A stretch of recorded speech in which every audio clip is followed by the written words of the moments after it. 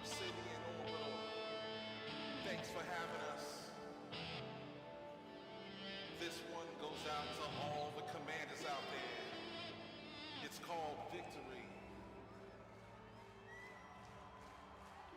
I hope y'all like it. 1, 2, 3, let's kick it.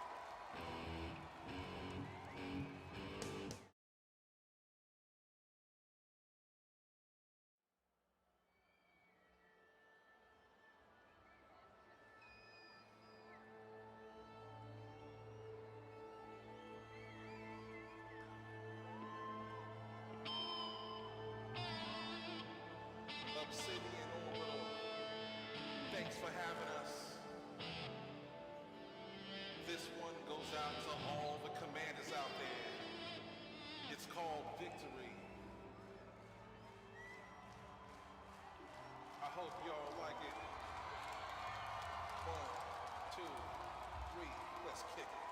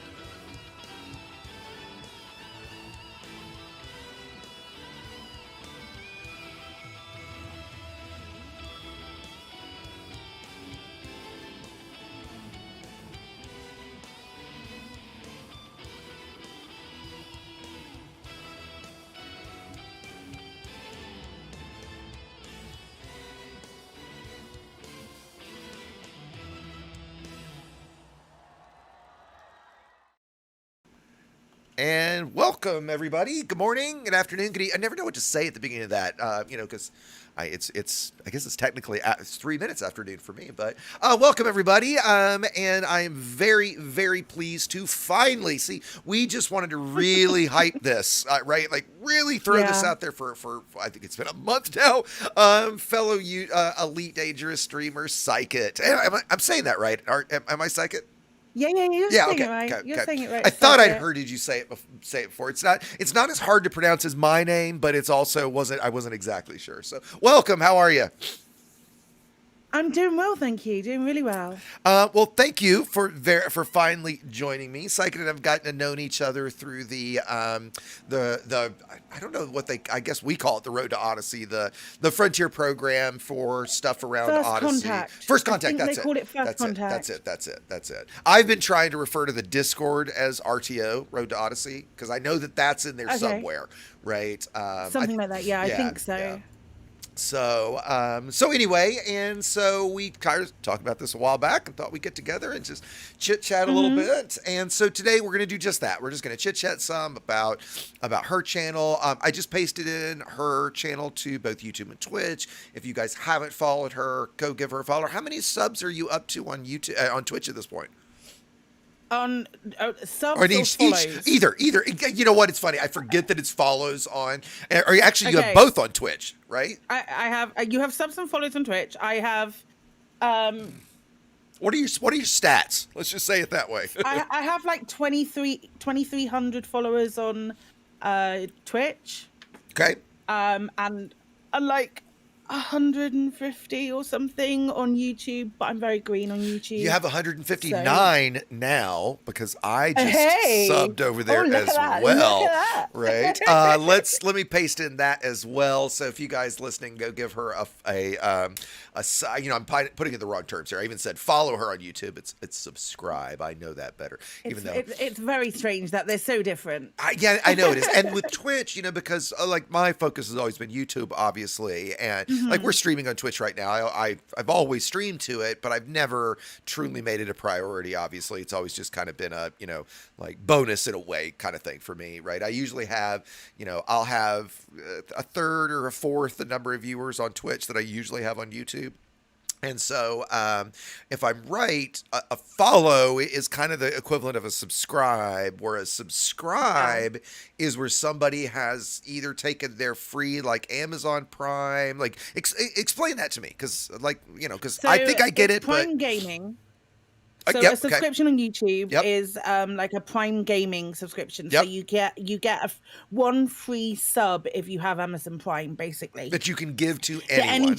you can give to any channel that you Okay, want. okay. So it's like if you're not using it, you're like not having free money, and that gives you access to use their emotes in any other channel. So you can do that.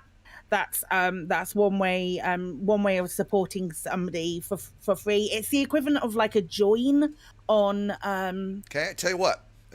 a join on YouTube. If you can see the stream, if you can bring it up. Mm-hmm. By the way, guys, as you might hear in the background, my carrier's jumping. We're heading to a system that while we're chit-chatting, we'll probably make the chit-chatting the focus. But while we're chit-chatting, we're going to do some combat and just kind of see where things go, do some combat tip kind of stuff, right? So just to let everybody know kind of what's going on. The pilot, hey pilot buddy, if you're around. And by the way, that's the other thing. If you guys would like to come chit chat with us, if you got questions for Psykit, generally with the interview style streams like this is a little bit more. I like to keep the questions a little on the quieter side, but of course everybody's always welcome in chat. If you type in ! Discord, you'll get the Discord link. You're welcome to come join us. And yeah, pilot, get the fuck out of chat. Come, pilot, right? Psykit. Yeah, Have you guys yeah. met before? Yeah, okay. Yeah. So back to this just quickly. I am on your page on Twitch, so I'm just going to click the subscribe and the 20% off. Is that something you do, or is that something Twitch is doing? That's something that Twitch does. So you're still going to get the full $5? You get a portion of it. Twitch. Yeah, right. Sure. Yeah. Right. I'm curious about that in a second too. So let's say I'm going to do this. it looks like it's maybe tied together, or maybe that's what it's going to do here in a second, or it looks like it was tied together. I just couldn't remember if I'd linked my Twitch account to my Amazon account. I guess you have to do that. I did that at some point, didn't I? Yes, you and would okay, have. so literally I just gave you your percentage of $5 a month, Woohoo! completely free for me. Yeah.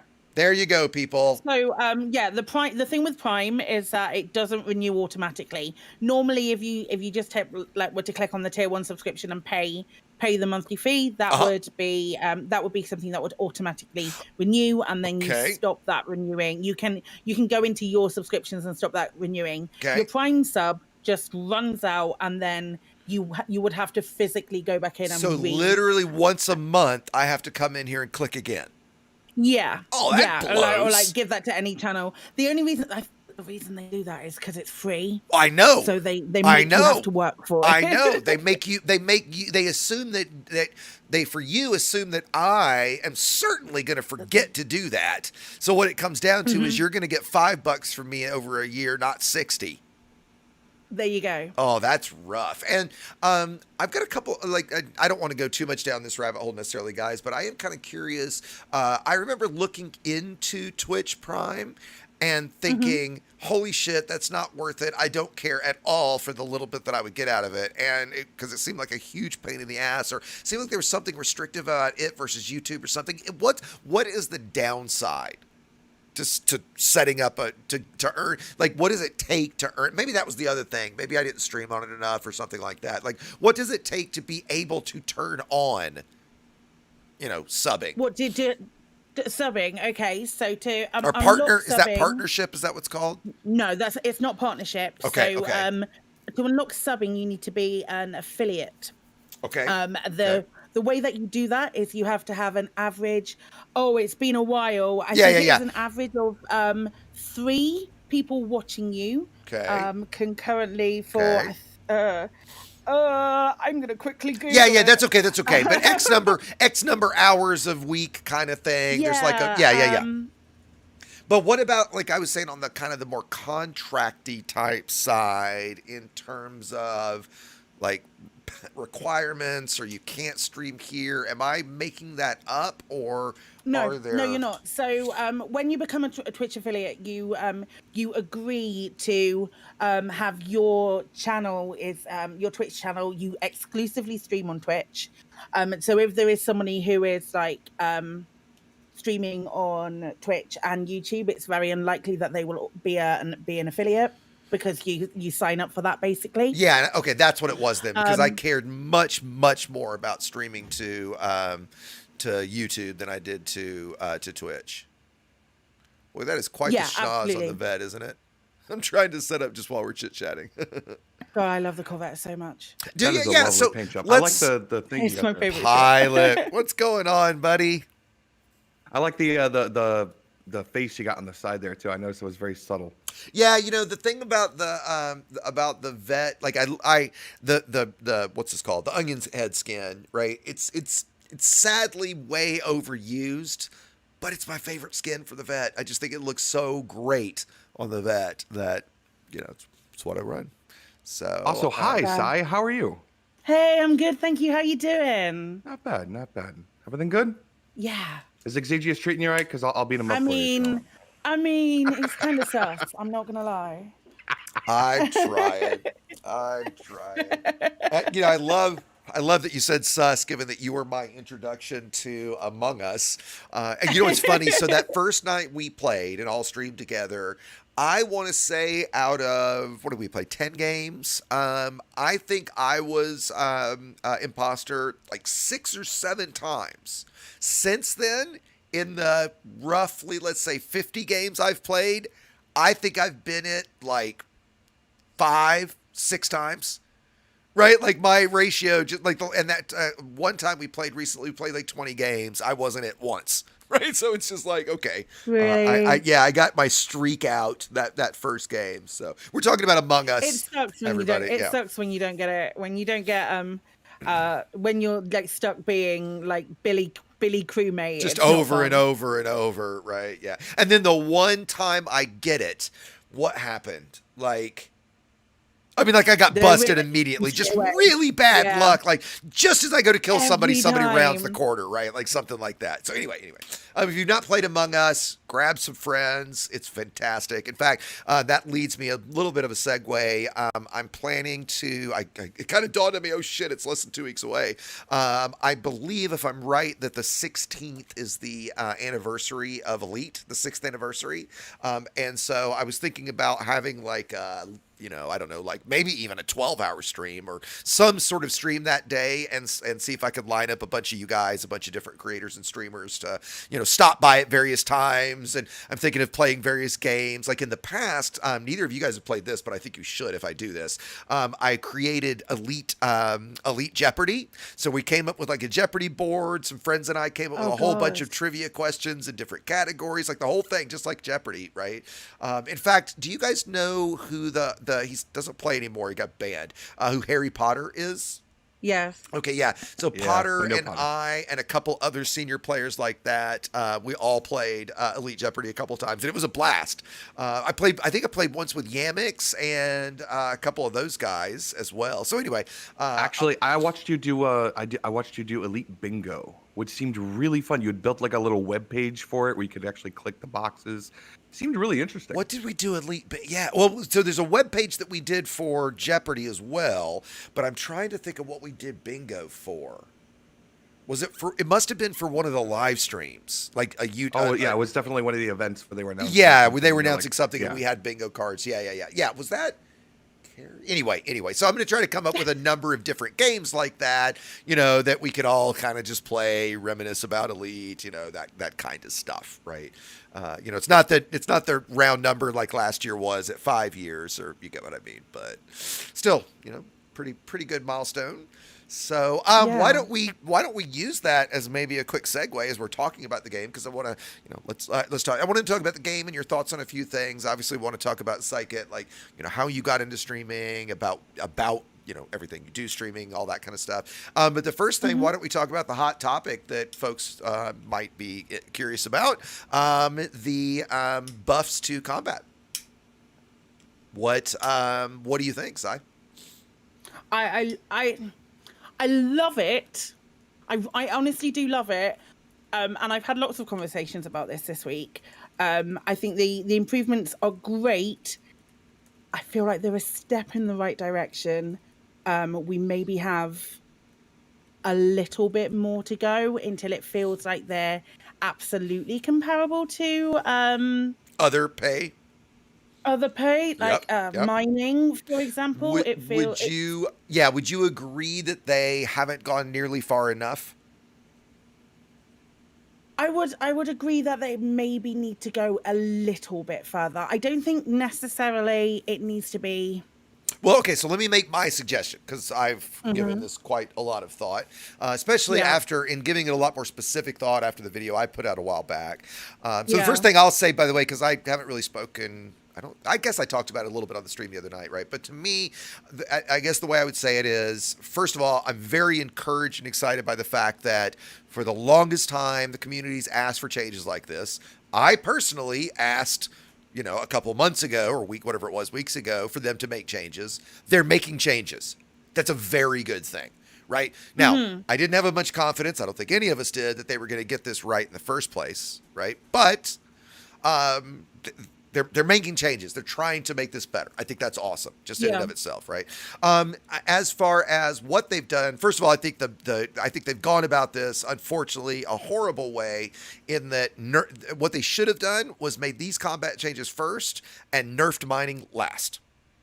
Because then you get rid of all the emotional pissed offness where everybody is right now of mining being nerfed, combat P not being buffed enough to make up for that, and so we still are left with a big massive pay nerf. Now we can argue about mining was overpaying, and yes it was. I think the nerf has been overreactive, that again it's only been a week, so we need to see what market volatility does over time, yada yada yada, right? Because the fact is, and I almost published it like the day before this got announced, if you do mapped mining, and I have a video sitting ready to publish that explains that is a map, right? It teaches you how to do a mapped field.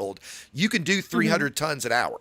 So if Pay Night pays 600 at its, which is going to be its new max. When it pays 600, we got to see how often that is. 180 million an hour mining ain't bad. Yeah. Right? And you can always stock that up now. And as soon as it hits 600, you go sell it.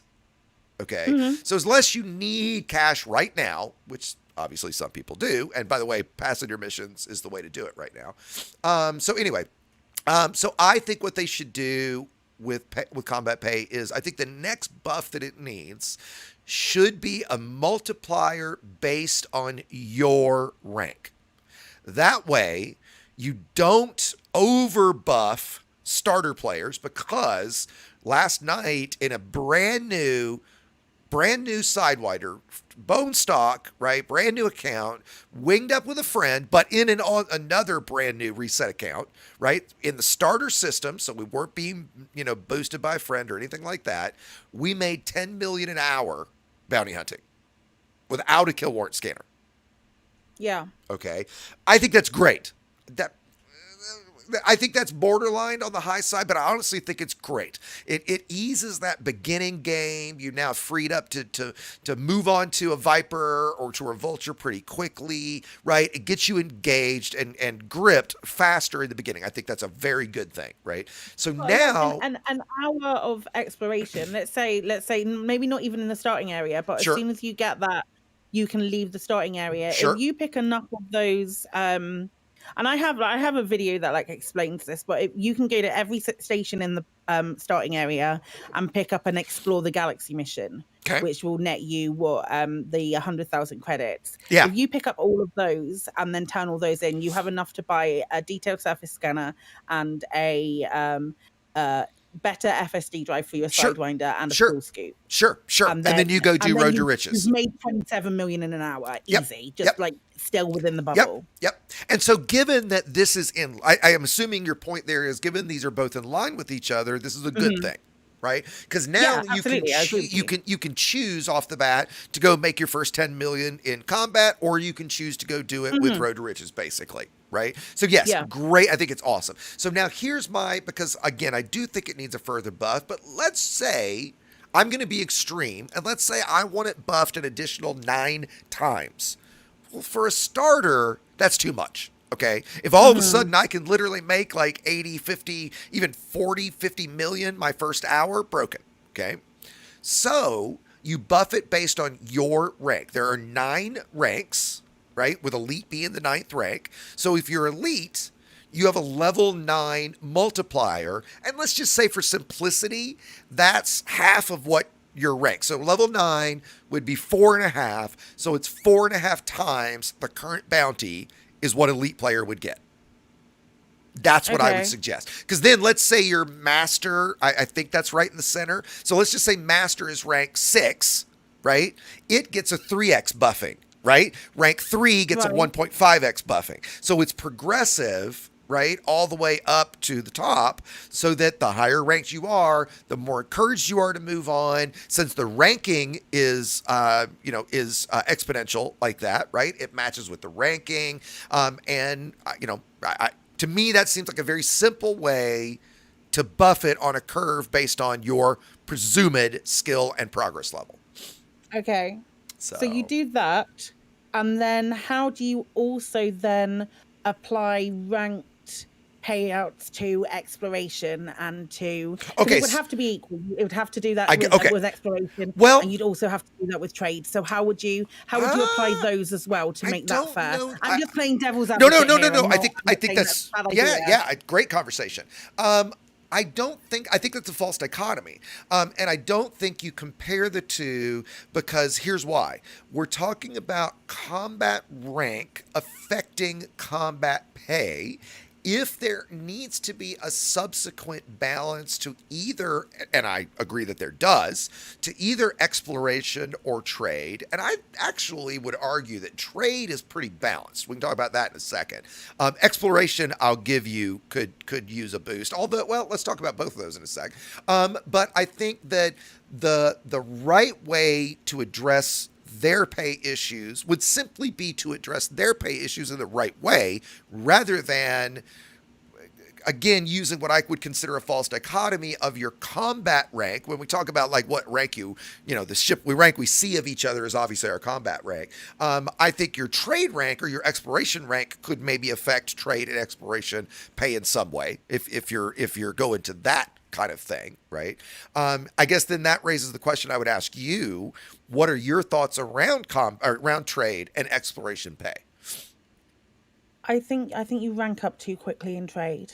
Okay, even with the mining, because what is it? Okay. Do you not have to make 1 billion credits It's to make 1,050,000,000. So yes, 1 billion. Yeah, no, right? no, it needs to. I personally, I feel for it to run in line with not combat, because combat's ridiculous. But if it was to run in line with like exploration, I feel like it needs to be a higher.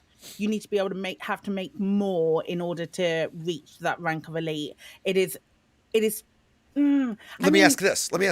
Is the question? I don't want to stop people from getting I understand. Strata because it's I very understand. useful, but it doesn't feel like the achievement that it should feel to reach elite in something. I Do you know what I mean? completely Do you agree. understand that? I completely agree. Because here's the thing: the difference in accomplishment, skill, time that it takes to reach trade elite versus combat elite versus CQC elite. Right? Oh, I see people, but I used to see people, I just don't go there anymore, in the Reddit, the typical, I just made elite posts, right? And it's like, wow, great.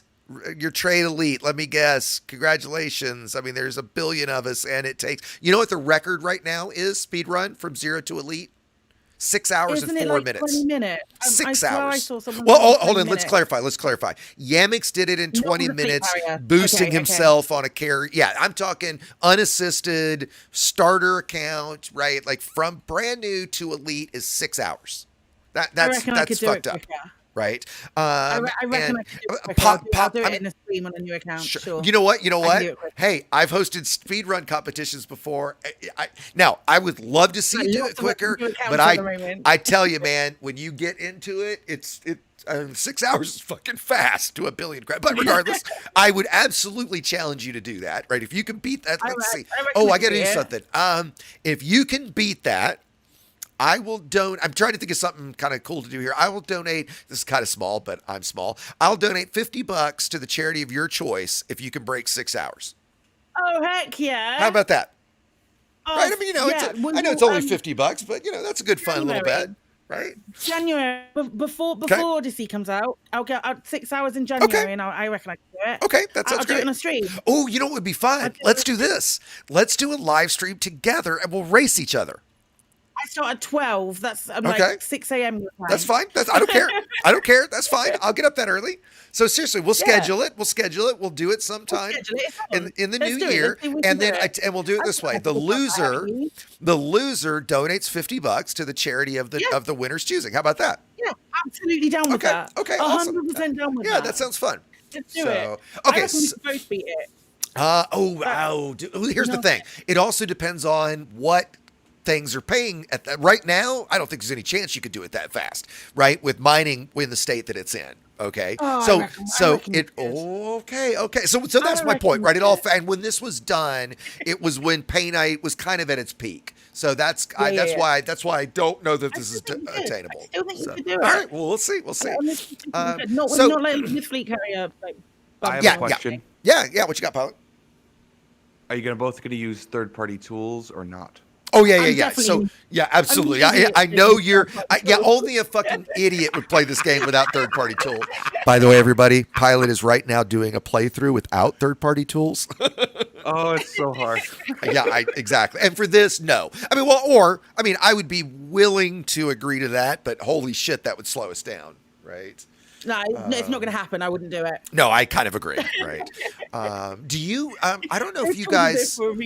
Were you guys playing back in 20? Let me think about this. What year it was? 2016 or 17? Did you guys play back then? Yeah. Do you guys remember the day all of the third-party tools went on strike? No. So the quick story, Pilot, do you remember this? I do. All of the third-party tools were trying to get Frontier. I don't remember the specifics, and it doesn't matter. They were trying to get Frontier to change something in the logs because they needed some bit of data. Frontier was giving them the tip. Within a few hours, Frontier was, oh my God, please come back online. Yes, we'll work with you. Yes, we'll do what you want, right? Because I remember that day I logged in, I jumped in Discord, everything was offline. I logged out and went and watched TV because you couldn't play. I couldn't function. Right? I Like, literally and at couldn't that function point, with it. I didn't have a lot of ships and stuff. And so I needed to go buy modules and do things. Like, I needed the tools, right? I couldn't just, like today, just literally just go play kind of thing. And so, yeah, we all stopped playing. Within 4 hours, they all agreed, okay, fine, and came back up online, right? That's how bad it was. Like, everybody was screaming. Imagine like this, the current CG that we have. Imagine doing that without third-party tools. The current CG for picking up ammonia worlds. It would be ridiculous. Oh, yeah, exactly, right? They've already lowered it by 25 million as the target, but it would be ridiculous.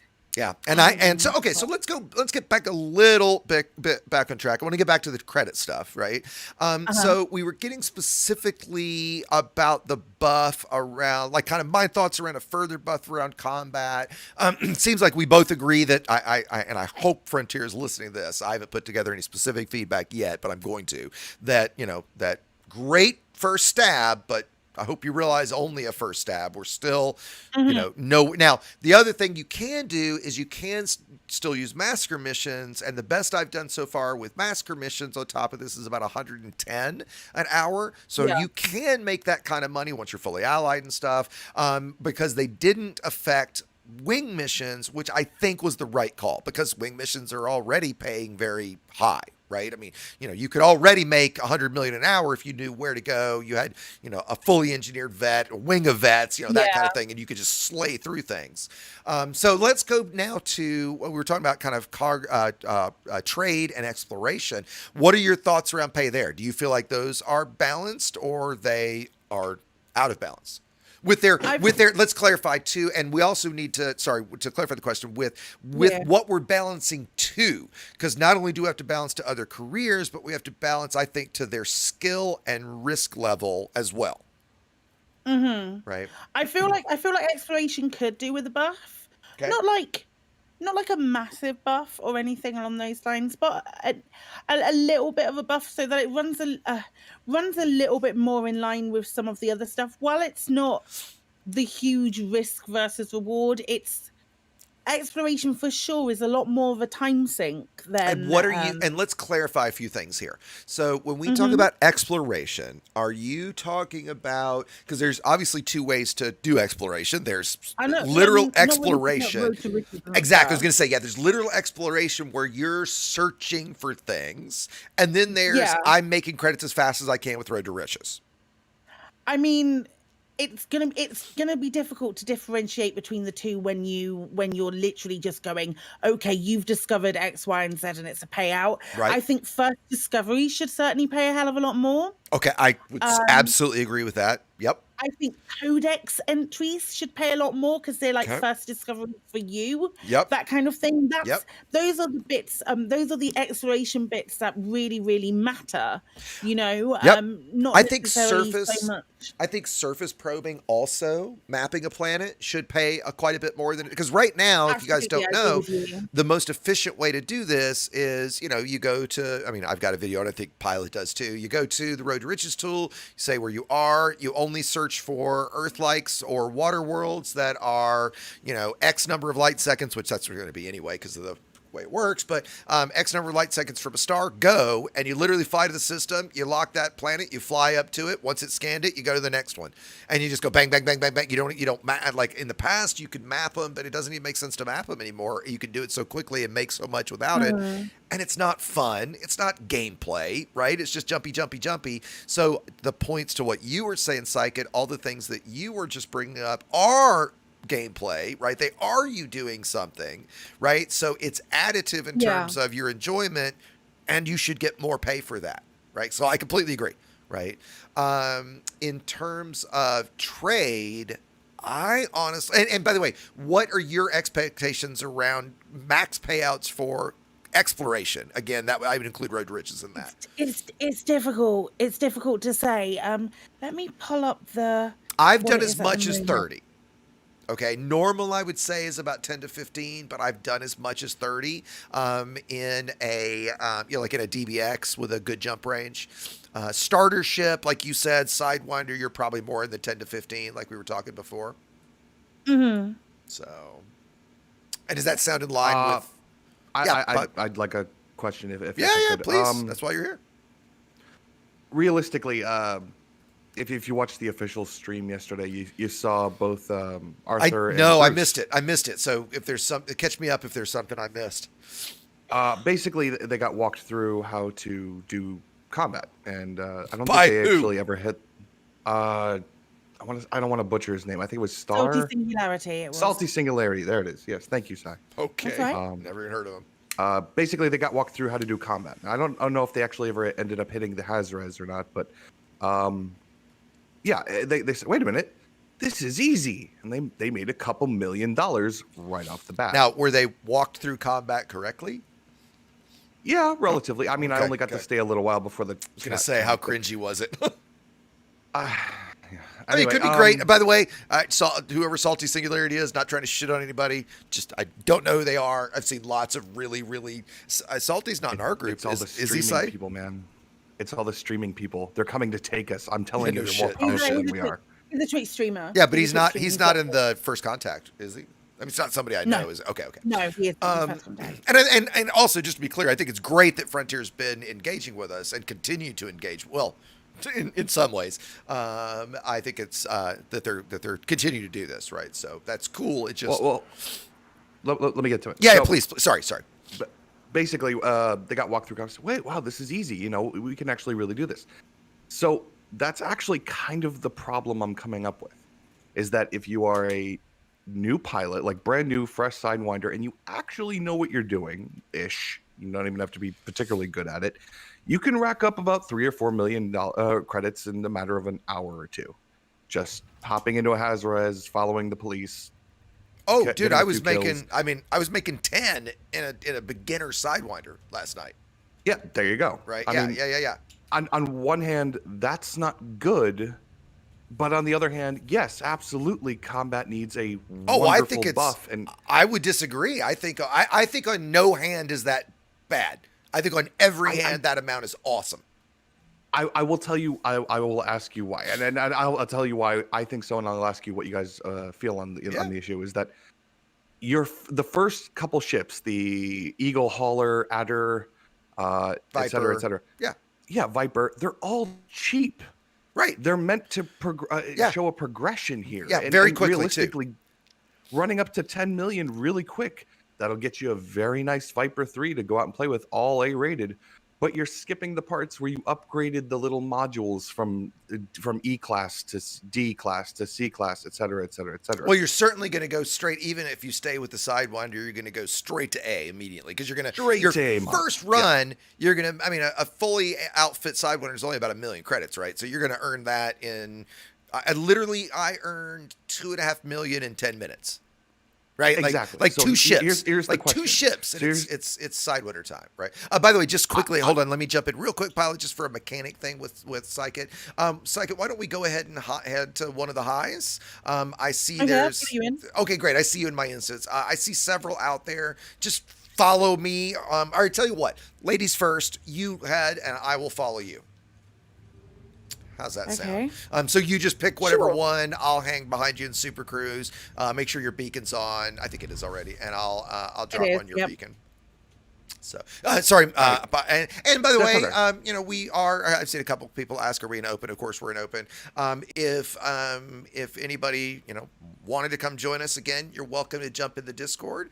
And depending on who's around, Pilot, if you happen to want to join us, I know we're shooty, and Pilot's no shooty. So. Oh, he's just terrible at it. Pilot's awful comment. Oh, Anyway, I bet you're better at it than you think. So anyway, sorry. Continue your Fine. story now. Now that we're set, right? So yeah. No, so like I said, anyway, Psych, just pick one, and I'll drop it on you, Psych. We dropping in on a high, yeah? Yeah. Let's go. Well, we can go to which I guess they're all highs and mediums. So yeah, we'll go to one of the Yeah. highs. Yeah. So just pick one of the highs, and once we get Okay. there, guys, we'll do a few little combat tips and stuff while we're chit chatting. But yeah, Pilot, I'm sorry to keep interrupting you. Please finish your story. I totally agree. But just that one more comment second. needed I'm I sorry, swear to I God, just man, had I gotta to. kick your ass. I'm sorry. Go for it. I totally agreed combat needed a buff. You and I had a conversation about it. We actually went over the charts and figures before any of this ever happened anyway. Totally agreed that it needs to happen. I'm very grateful and happy that it has happened, and I think it was a correct balance. But I think it disrupts early game way too much. I would like to know, as a YouTuber, as you, Exigeous, someone who makes these guides, how do you feel about that? And I would like to see it from the other end, because streaming this game is much different than actually making guides for it. How does Psykit feel about early game changing that drastically? Why don't we let Psykit go first? Let the guest go first. Psykit, what are your Well, thoughts? I'm really enjoying. I really like the early game stuff. I really like what they've done so far early game. It's given us opportunities to, and I haven't really changed what I say when people. I like the fact that streaming is like a real time.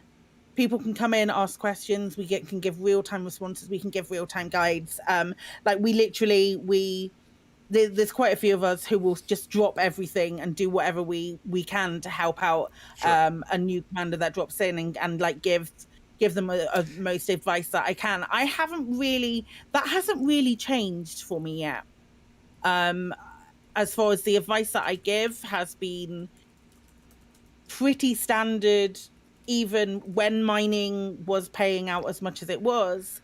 It's pretty standard. Okay, do road to riches, or do like the equivalent of road to riches where you still remain in the bubble, which is the video that I put out on YouTube not too long ago as well, which, because I got bored of saying it constantly every 5 minutes when someone dropped into the channel. We now have a command that can do it. But I'm perfectly fine with the changes that they've already made. I feel like the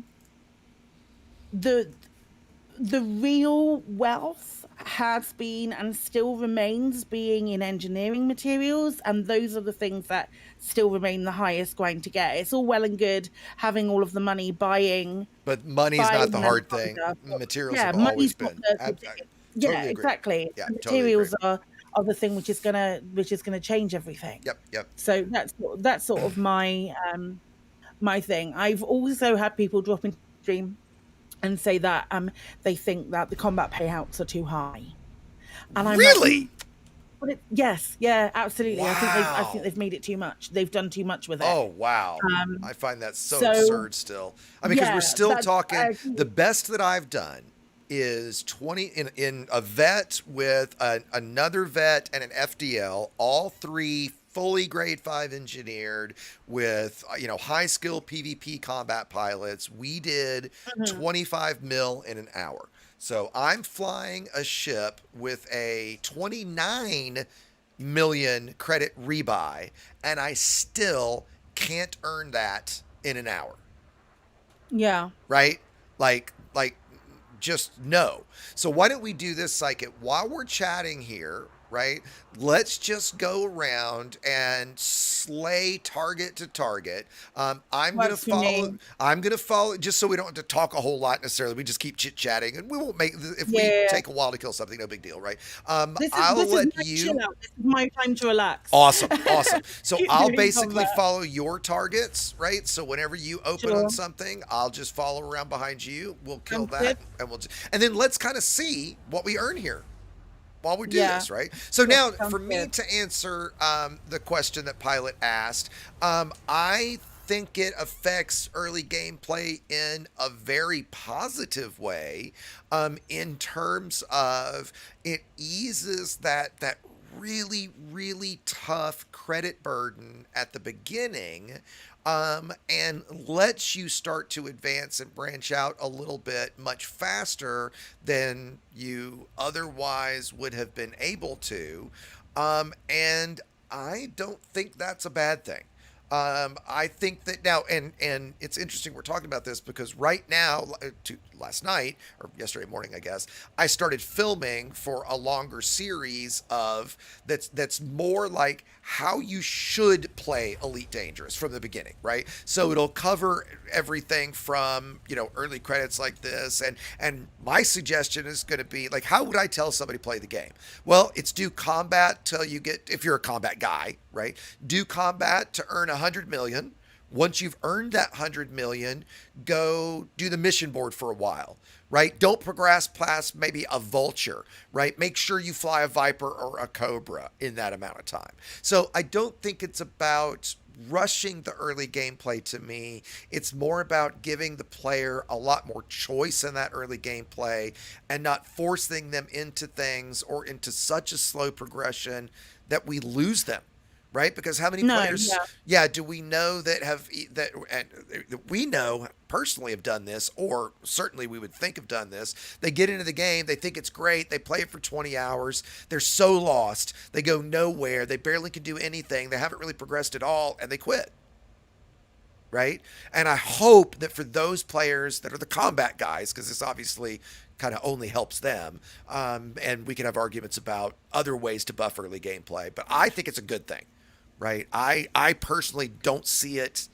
You would have to convince me strong that there's, you'd have to give me a very convincing argument that it is a negative in some way.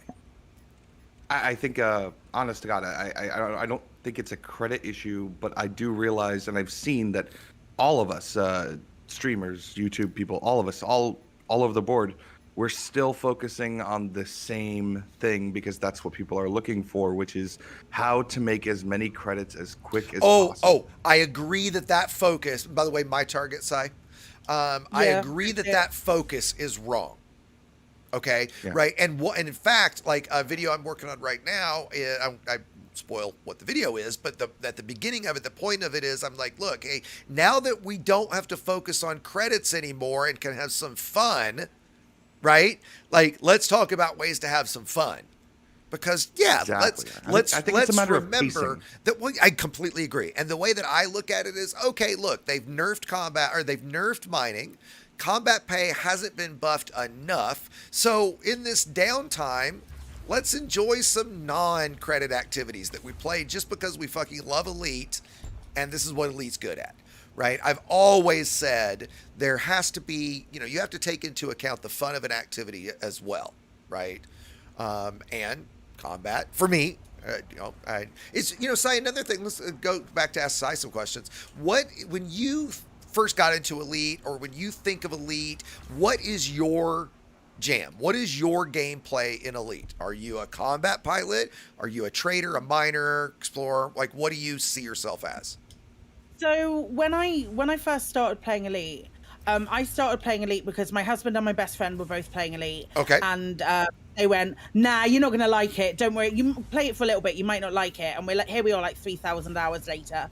But it's the thing that really got me into Elite, and I was like, okay, now I'm invested, was doing the background simulation. Okay. And stuff like that. That's my bread and butter. Okay, interesting. And I love it. I feel more like I love engineering as well. Like being able to build a ship specifically to do exactly what you want it to do. Sure. Is more. It's really satisfying. I love theory crafting ships. Sure. And so, and talking about like early game and like giving advice to new commanders at early game. Me and Mal for the Win. We host a podcast together, a weekly podcast called Flight Assist, where we talk to all different commanders, and I've spoken to you about being on it. Exigeous, so we'll sort that out. Sounds fun. We talk all about their experiences in Elite, but one of the main questions that we ask is like asking, what advice would you give to yourself as a fellow commander, as a new player? Yeah. Exactly. That's a great question. Like 9 times out of 10, alongside other like things that are specific to the particular person, 9 times out of 10, the answer is take your time and don't get yourself overwhelmed. So that's something that I constantly try to pass on to people: is don't aim for like long goals, set yourself shorter goals, and like aim for your next ship, not don't aim for a Corvette. Aim for aim for the next ship that you want to get into and stuff like that. It's an interesting question because I was just sitting here kind of thinking about it a little bit. And I guess the question is two things. One, if I'm giving a new player advice or if I'm giving my previous self advice, because I think for me, when I started playing in early 2016, it wasn't really a way to rush, right? I certainly didn't. It took me like almost a month to get my first vulture, and that was playing 4 or 5 hours a day, almost every day. And now, in terms of what knowledge do I wish I had had and understood first, right? Yeah, I can come up with lots of answers to that. I think for me, one of the hardest things to understand early on was outfitting. Right, was really understanding the difference in the module classes and, you know, turreted versus gimbaled versus fixed. I mean, I remember being so confused that, okay, well, this turreted weapon is so much more expensive, you know, that's got to be better, right? And then, you know, I would look at the stats. Well, I don't know what the fuck all these stats mean, so I just kind of breezed by that real quick. Well, look, it's the biggest one. It's the most expensive one. It's got to be the best one, right? You know, that kind of stuff. Yeah. So I think that, you know, and the fact that you have, you know, E-class is shit for standard modules, but then with weapons you have like a 2E is the fixed multi-cannon, but for the class 3 it's a 3F is the fixed one. I mean, you know, it's like the numbering and lettering around weapons, I've never had anybody be able to explain it to me that makes any sense other than they just completely randomly picked the numbers. Right, so that kind of stuff I think is. By the way, I've got 12 kilometer sensors, so I've got a target 11 clicks out if you want to follow me. Okay. So yeah, I think that outfitting is one of the earliest things I misunderstood that I wish I had. In terms of advice, the biggest thing I agree with you. I would tell people slow down, don't just focus on credits. You didn't come here. Most people. I know Hawks is kind of the exception here, but most people don't play Elite to earn credits. Credits are a means to an end so they can do what they want to in Elite. Okay? So remember that. Like, having 5 billion credits, for me, isn't fun. Having a carrier and a bunch of engineered ships is fun. Right? You know, engineering affects the way I play the game. Credits just let me play the game. Right. Yeah, and shit, definitely. I've got some friends I've got some guys in our squadron that have got like 35 and 40 billion credits because quite literally all they do is mine. I don't get that. Unless mining is just why you came to Elite Dangerous. Right. And if it is, okay, great. You know, if that's your jam, good for you. So. Some people find mining really cathartic. Oh, you know what? At times, laser mining, I actually am one of those people at times, right? I'll put on, you know, if I'm doing it by myself, I'll put on a movie. I'll jump in. I generally, what I'll do is I'll jump in VR. I'll put on a movie. I'll use an app to overlay the movie into. I'm heading back to the center of the res, by the way.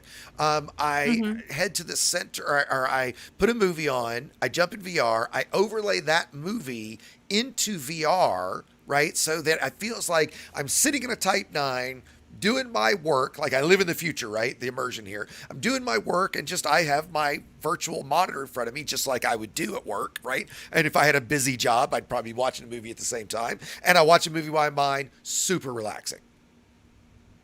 Right? So I do get that. Now that said, I've mined almost 20 billion worth. I've mined enough. Right? Like yeah. I don't want to mine anymore. So yeah, now you've got enough that you don't have to worry about like a couple of thousand rebuys, you know, so it's too bad. Yeah. So now I'd like what do you guys think the next buff is going to be? Anti-Xeno stuff. Yeah, I meant after anti-Xeno stuff because we all know that needs to be buffed anyway. Oh, well, let's quickly talk about that because I think AX, the numbers I gave in my video, I think we're actually way off in terms of, if you ask me, a Cyclops should pay 10. A Basilisk should pay 25, a Medusa should pay 75, and a Hydra should pay 150.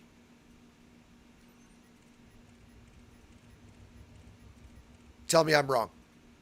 I would potentially even bump those numbers up a little bit more. To Okay, be completely okay, honest. okay. I was trying to be on Told the. ya. I'll admit, I was trying to be on the Super conservative side, difficult. It's really, really difficult. and it's high a, risk, it's high skill, high risk. it's high You have rebuy, to- it's high You have everything. to do a lot. You have to do a shit ton of work Yep. before you're even in a position to be able to Yep. able to fight Yep. like that. So Yep. yeah, it deserves Yep. to pay more. It should be the absolutely does. highest paying thing in the game.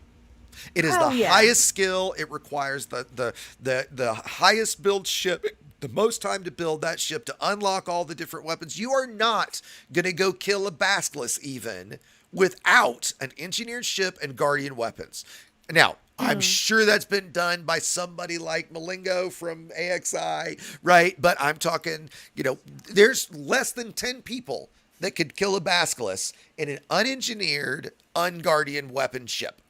I'd say that I will. by I themselves. will interject one thing here. Is that I believe that you know how we always get a little bit buff to extra payout if they're in a wing and you do something. Uh-huh. I think if it's Thargoid things, it should probably be the opposite. If you are in a wing and someone comes in with those Guardian Gauss cannons. Disagree, and let me tell you why. I get right where you're going. Hold on. Let me finish. Okay. If someone comes in with those Guardian Gauss cannons on a Corvette and just one shots the thing, and it basically crashes the game. Maybe if you're winged with a hauler, it shouldn't pay them immediately. 150 million right at the Can't top. happen. Here's why. So the way it works right now, I shouldn't say can't happen, but if you're in a wing, the interceptor, its damage and health buff. So a Cyclops with a wing of 4 is much harder to kill than a Cyclops solo. Okay, now to your point, right now you can take if you have 6 large shard cannons. So if you have between 2 commanders, you can kill a Cyclops in like 5 seconds.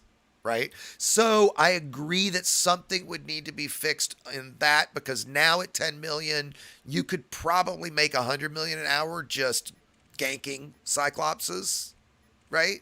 But there's always going to be some cheesy way to do stuff, and you come up with something weird like that, if you get me, right? So I think it's something to be concerned about, but I don't think I would base pay forever. I think there's other ways to buff that, because I get your concern, right? I kind of get where you're going. Right.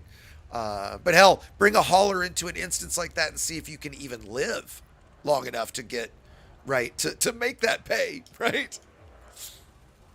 So, but with some sort of safeguard in place like that, pilot, I would argue that anti-Xeno should be the highest paying thing in the game.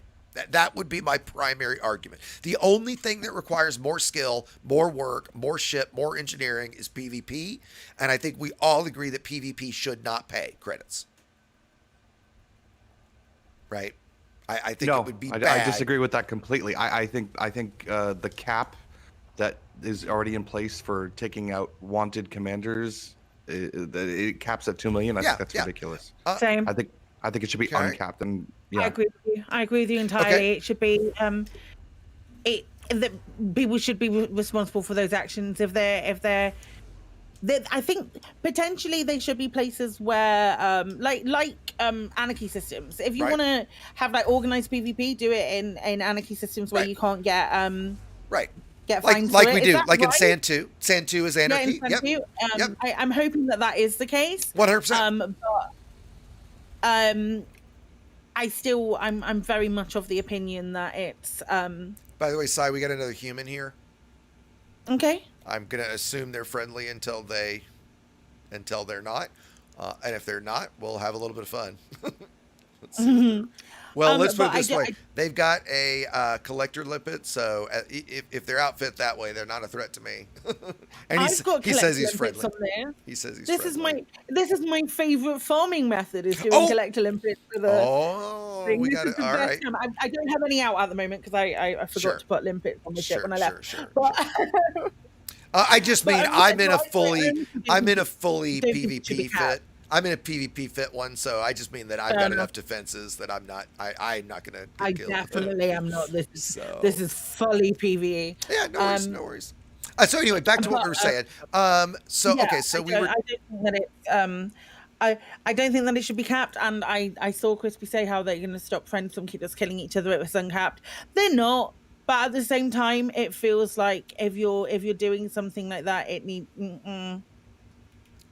I feel like it does need to have some kind of repercussion for if you're killing. So I get where you're okay. So I get what you're saying. No, So I'm let's trying to, clarify. Let's clarify a few things just to make sure we're on the same page. Everybody else understands the way it works, right? Let's say you're a commander and you run up a bounty of 500 million credits. All right.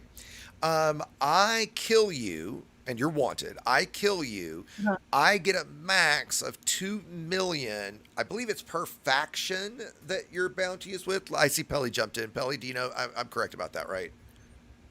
Yeah, that's right. Yeah, per faction. So let's say that 500 million is spread across 10 factions. Well, you could earn a maximum of 20 million credits. The commander that gets killed still has to pay the 500 million when he respawns, right? So, he still gets, the penalty of that. It's just the commander that gets the kill is capped at that 2 million per faction, right? And part of that is, as you just said, to discourage the running a bounty up, having a friend kill you, and they get a huge, 500 million credit payout. So essentially, it's a way to give, because that commander had to pay it. So ultimately, it's a way to give another player credits. Well, and you can already transfer money with fleet carriers. Yeah, exactly. No, I understand. That's what I was just about to say. I don't see that as that used to be a much bigger issue than it is today. I don't see that as a big issue. I think the bigger thing is, I don't know, I'm a little torn on this because I think if somebody's wanted,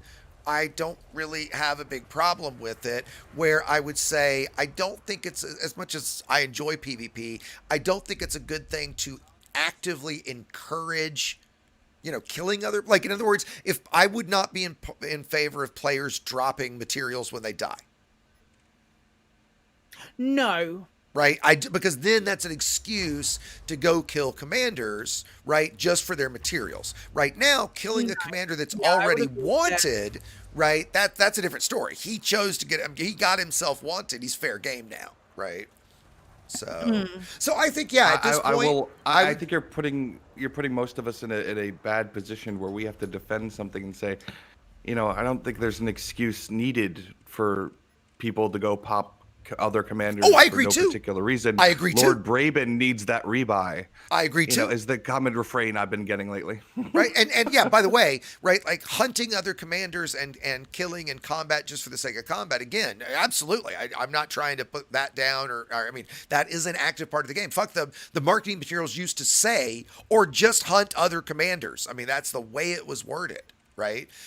So that absolutely is and should be part of the game. I'm just talking about from a credit / like earning something out of it standpoint. Right. So I think at this point, things though, isn't it? Because yes, it absolutely should be part of the game. At the moment, there's no they've got nothing to worry about. Do you know what I mean though? They don't have anything to worry about that. So if they're going to run up a 500 million bounty and then there's going to be a shit ton of other players on their back going, I want a piece of this bounty, I want to get a piece of this. I want that they then know that it's like weighing up that risk versus reward for them. People are going to want to go and get that bounty, and it's emergent gameplay. Yeah. No, again, and I I used to be more against or in favor of the limit because of the running up, like being able to run up credits and transfer credits between each other. Now that is a bullshit argument because of carriers, I agree that at this point, player bounties should be uncapped. I don't see any reason why that cap should exist anymore, because the only argument that that ever sounded legitimate to me was the transferring credits argument, and that doesn't hold anymore, right? I mean, I have a bigger question for both of you. I mean, both of you essentially made the argument earlier when I said, I was talking about credit balances and how easy it is to make money, and you both made the argument to some extent that credits don't really matter. And that's true. Well, but now they we're do on the that once you subject have of credits, they absolutely don't matter anymore. right? Like once you get to late That's- game, that's kind of what I would say. Like once you're at late game, credits don't matter anymore. Well, you ain't going to be hunting other PvP commanders in early game. That's true. That's true. Yeah, absolutely. You're right. You're right. It would And so, make sorry, there was a me question more in there. I interested think in doing it now. Right. No, it was like a rebuttal more so than anything, but it would make me more interested in like participating in like non-prearranged PvP if it meant that I could like have, oh well, I'm going to get all of that person's bounty, or that person's got a bounty on them. It would give me more of a reason to play an open, to be like to feel like a bounty hunter. I get where you're Sort going. of thing. And I mean, when Odyssey comes, if we're allowed to do that while we're walking around and I can stay in the background and click on people's heads who've got bounties, that's what I'm going to be doing, man. Sure. I mean, we've all basically seen gankers at work. I mean, I think we understand that realistically, when you're not blowing someone up, it's kind of boring. They're sitting in a system waiting patiently for someone to pop in. So Lego Robot, one of the kind of probably in the top 5 or 10 FDL pilots in the game right now. He did a live stream last night that was PvP combat live stream in Shinrarta, where he basically sat and super cruise for like 5 or 6 hours looking for targets, right? And never got one. Right? And like it was kind of a joke. I mean, did it kind of intentionally to point out that, yeah, like when you're like a lot of times when I do PvP piracy and stuff, that kind of gameplay is you're literally just sitting there staring at your scanner, right? Like wondering when a target is going to pop up, right? So let's move on a bit if we can, because there's a couple other things to get. And Psykit, what were you thinking? Have you guys still got me? The problems I was having last week have returned, I think. So forgive me, guys. If chat can just shout out real quick and let me know that you guys are there. Let me start monitoring this again. So the fix I thought I had to... Okay. Sorry, it was really bad when I streamed on Tuesday. Okay, everybody's there. Okay, great. Sorry about that, guys. Hopefully we'll be good. I said I wanted to change gears. Psykit, are you good? How, like, for another, I don't know, 45 minutes-ish, something like that? Yeah. Okay, good. I wanted to switch gears a little bit and talk a little more about you specifically, Psykit, and like how long you've been streaming, like what got you into streaming, that kind of stuff. So why don't we start a little bit with, if I can, tell me a little bit about your history with Elite. When did you start playing? What got you into Elite? Why Elite? Yeah. So as I said before, I was sort of a third wheel between my best mate and my husband. Okay. And they were playing away, and they were like, nah, you're not going to enjoy it. It won't be a game that won't be a game that you like or anything along those lines. And I was like, okay. That's right. Yeah. We're playing it back in December 2016. It wasn't super long after Horizons came out, and absolutely fell hook, line, and sinker into it. Fell even more hook, line, and sinker after after learning a bit more about the BGS and things along those lines. It was lovely. Started streaming pretty early on as basically a bit of a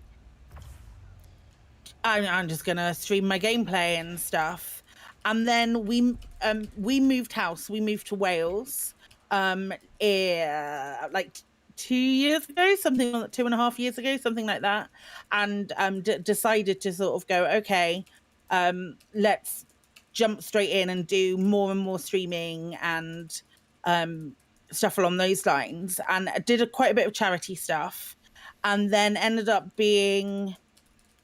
All of my illnesses and all of my chronic pain and all of that like totally came to a head. Okay. And I ended up bedridden for 7 months. Oh my God. Which was wonderful. Oh, I'm sorry to hear that.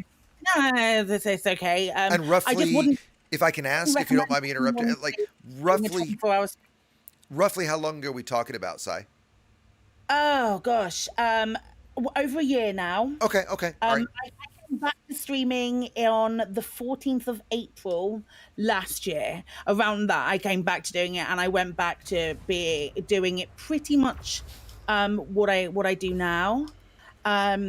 So 12 o'clock Monday to Friday I was streaming, and then Okay. that got a little bit much for me, and I know it sounds dumb saying that got a little bit much for me, but it wasn't. It was just physically that was a little bit too much for me. Okay. So then we dropped it down to Monday, Tuesday, Thursday, and Friday from 12 until 6, which is still a fair amount of time Yeah. to Yeah. Now you're saying you're using the term "we" quite a bit. Is your husband? Did I hear? Does he stream as He doesn't, well? no, he doesn't stream with me. I say we a lot when I talk about like it was some of my mods. Okay. Yeah. Okay. And I get what you're my saying. sister Then. and my best friend or a couple of my mods who, Yeah. Okay. who were like, mate, you need to sort of like wind it in. And also at the time I was starting to pump out some YouTube content as Yeah. well. And we decision was made that in order to try and keep as healthy as possible that we would drop a day. Okay. And Okay. just because I was a little bit burnt out and stuff like that, and it's really worked. So, and it also helps because Wednesday is the day when I do a lot of admin work to do with the podcast as well. So while I'm not streaming, I'm doing all of my admin on a Wednesday. So then Gotcha. I have essentially a work-life balance. And Yeah, it was just yeah. like I spoke to when I was like in the road to like being recovered from having like a fucked back and all of that sort of stuff. Yeah. I said to my other half, let's give, rather than me going and working in a behind a counter in a shop, let me see if I can give this a go. Yeah. Sure. And be sure. actually like, because I was doing all right, you know, and I don't like talking about this side very often, but I get no. I was And yeah. doing okay. And all of that, when I stopped streaming and disappeared for 7 months, it was literally like I had to start entirely over again. But then it all sort of like was really cool because I ran into a lot of like some of the best friends that I've met through streaming. Like Sure. I met Mal really early on, Mal for the Win, who is he's an absolute diamond. Great guy. And I love Yeah. him to pieces. Crispy, Grinning Crow, all of these absolute stars that I managed to sort of get in and start talking to. And me, I would never, that's Crispy, I would never have met had it not been for the fact that my back just decided to completely fuck over Sure. like 7 months. Sure. So it was kind of a little bit of a blessing in disguise, and it's been a really nice, really lovely thing to and the Elite Dangerous Twitch community, I swear to God, they are some of the nicest people. Well, just the It's whole just community like, in general, right? I mean, as you for the know, that most there's part, there's there's always going to be an arsehole here and there. I was gonna But say even like there's the very the vocal, very haters small and stuff. minority, right? You that ignore vocal that. minority. Yeah. There were. It's a beautiful place to be. I would highly recommend if you have a YouTube account and you don't have a Twitch account or anything like that. If you're watching on YouTube, just occasionally just nip over and see streaming on the Elite Dangerous category on Twitch, because there are some cracking lads over there and women. I like bracket, but there are some cracking folk over there, and just some really entertaining people, and I just love them to pieces. Yeah, that's Like, great. And do you guys like, have you done many kind of collab things or, like here and there. I stream at a really awkward time. In comparison to like everyone I've mentioned lives in the US, so everyone that I've mentioned. So my schedule and my I wake up at maybe like 10, half 10, something like that, and then I'm going to bed at 2 a.m. my time, 2 a.m., Okay. 3 a.m. Okay. just And so you're that obviously in the UK. It sounds.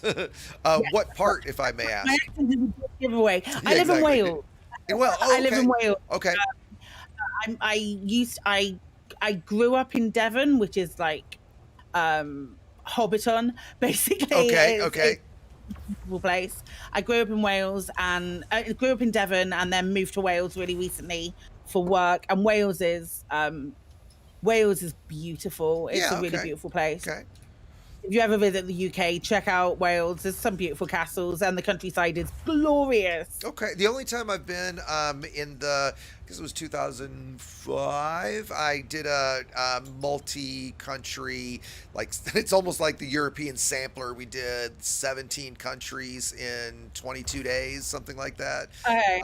And we did London for 3 nights, but London was Okay. all we got to see of the UK. And Yeah. of all the international cities I've been in, I would say London, Amsterdam, and Sydney were my 3 favorite. I mean, obviously those were I 2 love different London. trips, but Yeah. but yeah, I really liked London.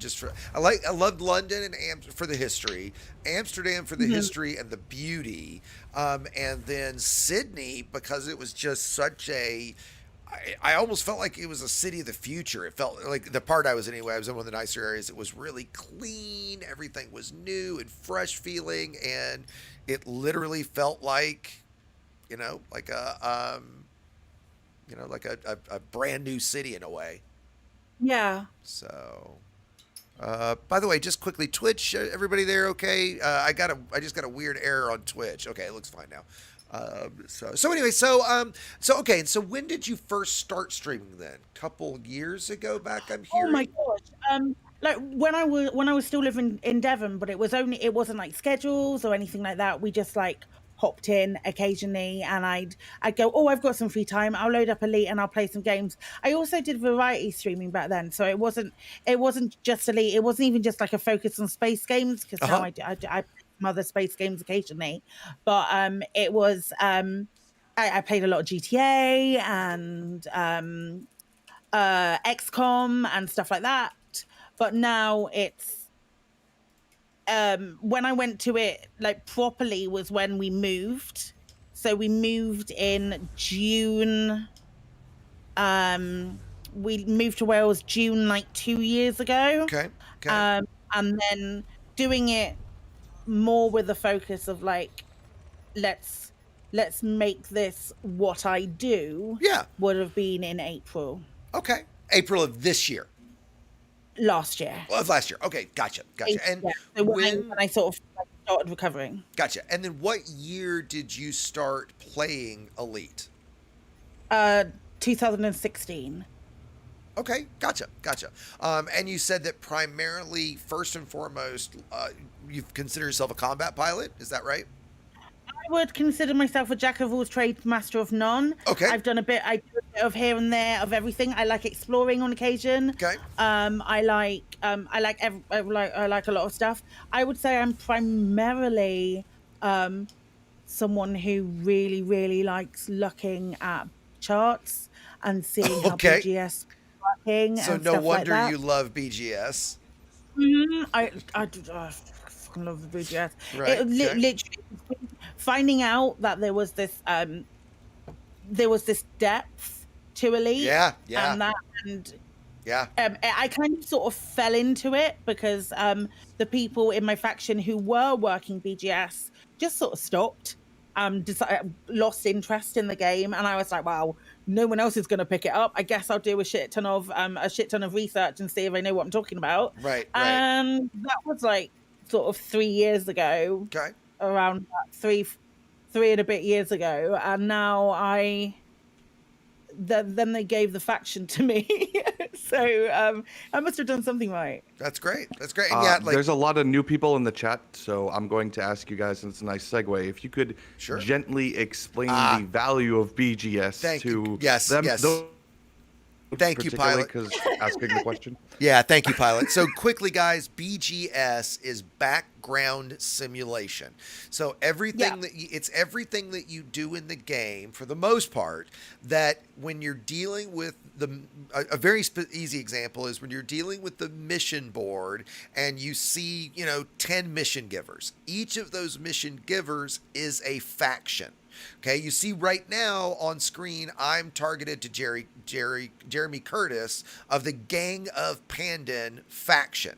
So whatever happens with that faction and they expand and they grow, that's what then ties into when you look at the galaxy map here and you see a system state of none. Or if I look at the system map and I see each of the individual factions here, and each of them have system state, or faction states, like none, none, none. Oh Jesus, this whole faction system is in Really none. bad Jesus, example. they're normally like election boom, all kinds of different states, right? And then that ties into, if I look at say my squadron and I look at our systems, these are all the systems my squadron controls or has presence in, right? So all of this ties together into what we call BGS, or the simulation of the background of the galaxy. And it's what allows you to, when you turn in a bounty, exploration data, sell something, trade something, any of that kind of stuff has an impact in a small way, small to a large way, on that background economy or background systems of the game. So that's what BGS is. And what allows you to then, like our faction started a year and a half ago in one system and one station, and now we control 24 systems, not that many, but somewhere like that, right? So that's, if you're into that kind of like, I'm going to take over, I'm going to dominate the galaxy kind of gameplay, that's what BGS is. And it is extremely complicated, right? Yeah. So it's wonderful. I love it. and it's, yeah, and It's for as certain soon as you get players, your teeth man, into it. yeah, it is When you- their jam. For me, it's the like, even some of our newer players have gone, okay, let's let me see what it does. Let me see what you can do with background simulation. Tell me a little bit about it. And I waxed lyrical about it for 20 minutes and say how beautiful it is and all of that stuff. And then they do something in a system, and then they go back to that system and see where the system states have changed, or see where the influence have moved slightly. And it's seeing your actions have a direct input or a direct impact on the galaxy around you. There's a phrase that's been popping up really recently that the fact Elite Dangerous is wonderful because while there is a story and there is a storyline, you're not the main character of the story, and you get to, but you with the BGS you get to have. Well, it's your agency over the galaxy, right? I mean, it's yeah, right. And so if this sounds interesting to you, by the way, and because it is very difficult to get into, what I would suggest is joining a squadron that already does BGS. Certainly my squadron, Squadron 11, in the Level 11 Discord, we've got some guys, and we're actually in an active war at the moment, even with a player group. So PvP gets involved from time to time. And Psykit, what is your? I'll let you give a little pitch here. What's your squadron? And, yeah, what is it? Privateers Alliance. Oh, okay, gotcha. They're been around since very early on in the game. I didn't know you were with PA, so gotcha. Yeah. I'm the squadron leader of PA now. Oh, okay. I didn't realize that at all. Yeah. How many? So roughly how many systems? So all right, the little, like when I thought I might have sounded big with my little 24 systems. How many systems are you guys in again? 60. Yeah, there we go. 63. I think I just got bitch slapped, is what that's called, guys. No, not at all. It took work. It took work for us to get there. You know, took work for us. What's your home system? HIP 33368. It's not very far from here. Yeah, HIP 45401 is where I was working as well. 368 is. 33368. Yeah. You realize he's taking notes so that he can know where to target you later. No. I'm just curious. I'm just kind of curious in terms of near us. 368 is not a problem. Oh, we're nowhere. We're nowhere near you guys, really. We're nowhere near you guys. We're kind of on the we've got this little brain slug kind of mini bubble on the outside of the actual bubble. It's really nice. Yeah, okay. Gotcha. They're such a good bunch of folks, and we actively recruit all the time. It's wonderful to, like, no matter what your experience in Elite is, we have pilots Something with for you 10 to, yeah, yeah. hours, pilots with 50 Pilots with hours. 100 hours, pilots with 1,000 hours, pilots with 10,000 Yeah. hours. Yeah, I same. Yeah, Yeah, our squadron's the it's great. same, right? We're real Yeah. laid back about it. How many are in your in-game squadron? In the in-game squadron, 271. Okay, all right, gotcha. So you guys are about double our squadron in game. I think we're about 150 or so. Okay. So okay, cool. Well, I want to get back to kind of the streaming stuff we were talking about, a little more focused on you. Talk to me a little bit about like the mechanics of your streaming. Like, what software do you use? Do you use a separate capture PC? Like, you know. Okay. Okay. It's all from one PC. All from one PC. Okay. Don't really have the space to do that. I just sit and go. I upgraded my graphics card not too long ago. Okay. To a 1660 before all of the other bigger ones came out. So my next upgrade, I think, would probably end up being a whole new computer more than anything else. Okay. But the motherboard wasn't too old, so it's had a bit of a revamp. It might need a couple more hard drives in it at some point because, God, damn it, it's getting close. There's a lot of recordings on there. Yeah. Holy crap. Yeah. I've produced, I think last time I looked, I was somewhere nearing the 2 terabyte mark in terms of everything I've ever filmed and produced. You know, like all of my B-roll and all of my old footage and all that kind of stuff, right? I don't want to get rid of any of it because it's just like, what if you need it for something? What if you need to use it for a little tiny section? Yep. I have a big B-roll library of, you know, probably 600-700 gigs of just kind of all kinds of, I'll be out somewhere playing the game and think, oh, this, you know, I'd love to have some B-roll of me in a Corvette doing combat, or I'd love to have some B-roll of me on this planet, Exactly. you know, that kind of crap, right? So yeah, right there with you. And so what do you stream with? What app do you use to stream with? OBS Studio. So Streamlabs or just straight vanilla OBS? Straight vanilla OBS. Yeah, okay. OBS Studio. Okay, and I used Streamlabs initially, but some of the stuff that some of the OBS remote parameters that doesn't work with Streamlabs. Okay. So some of the pop-up things that I have are you need vanilla OBS for that. I need proper OBS rather than something that's Streamlabs. Gotcha. And then you do stream on camera, right? Yep, that's right. Yeah. And I'm just trying to remember if I thought I was picturing that right. And so what kind of camera do you use? Like a ring light and a green screen? Like what kind of stuff there do you use? I bought some upgrades recently. I have a Logitech camera. I cannot remember what make it is. I've had it for a little while, but I've got Logitech that will probably be something that gets an upgrade at some point, and then the Logitech turn into a cat cam more than likely. Okay, sure. I've just bought a green screen. After Christmas in January, we will probably go. We will probably then move to having the green screen instead. But at the moment, where it's just me with some lights behind me. My target, by the way. Yeah, currently at the moment, lots of stars as well because Christmas. Sure.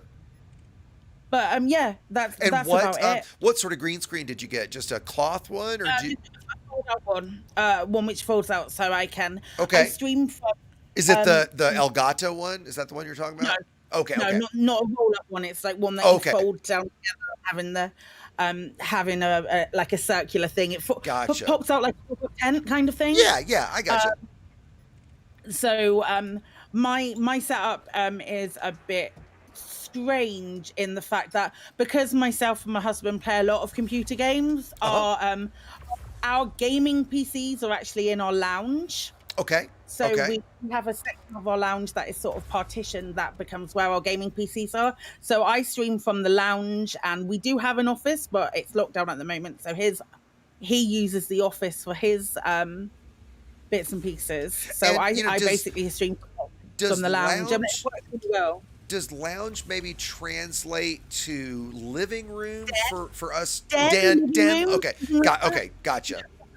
Family room where you spend the most of your time. So our TV and our couches are in this room, and that kind of thing. Right. Okay, yeah. I think, and what we would refer to as, like you said, a den, a living room. Yeah. Little bastard. I hate it when NPCs are able to high rank on you. Right? Why are you running? Why are you running? Just Right. admit your fate. Yeah. And I knew I shouldn't have chased him. I was like the whole time, like, I'm not going to kill him in time. I'm gonna head back toward the center.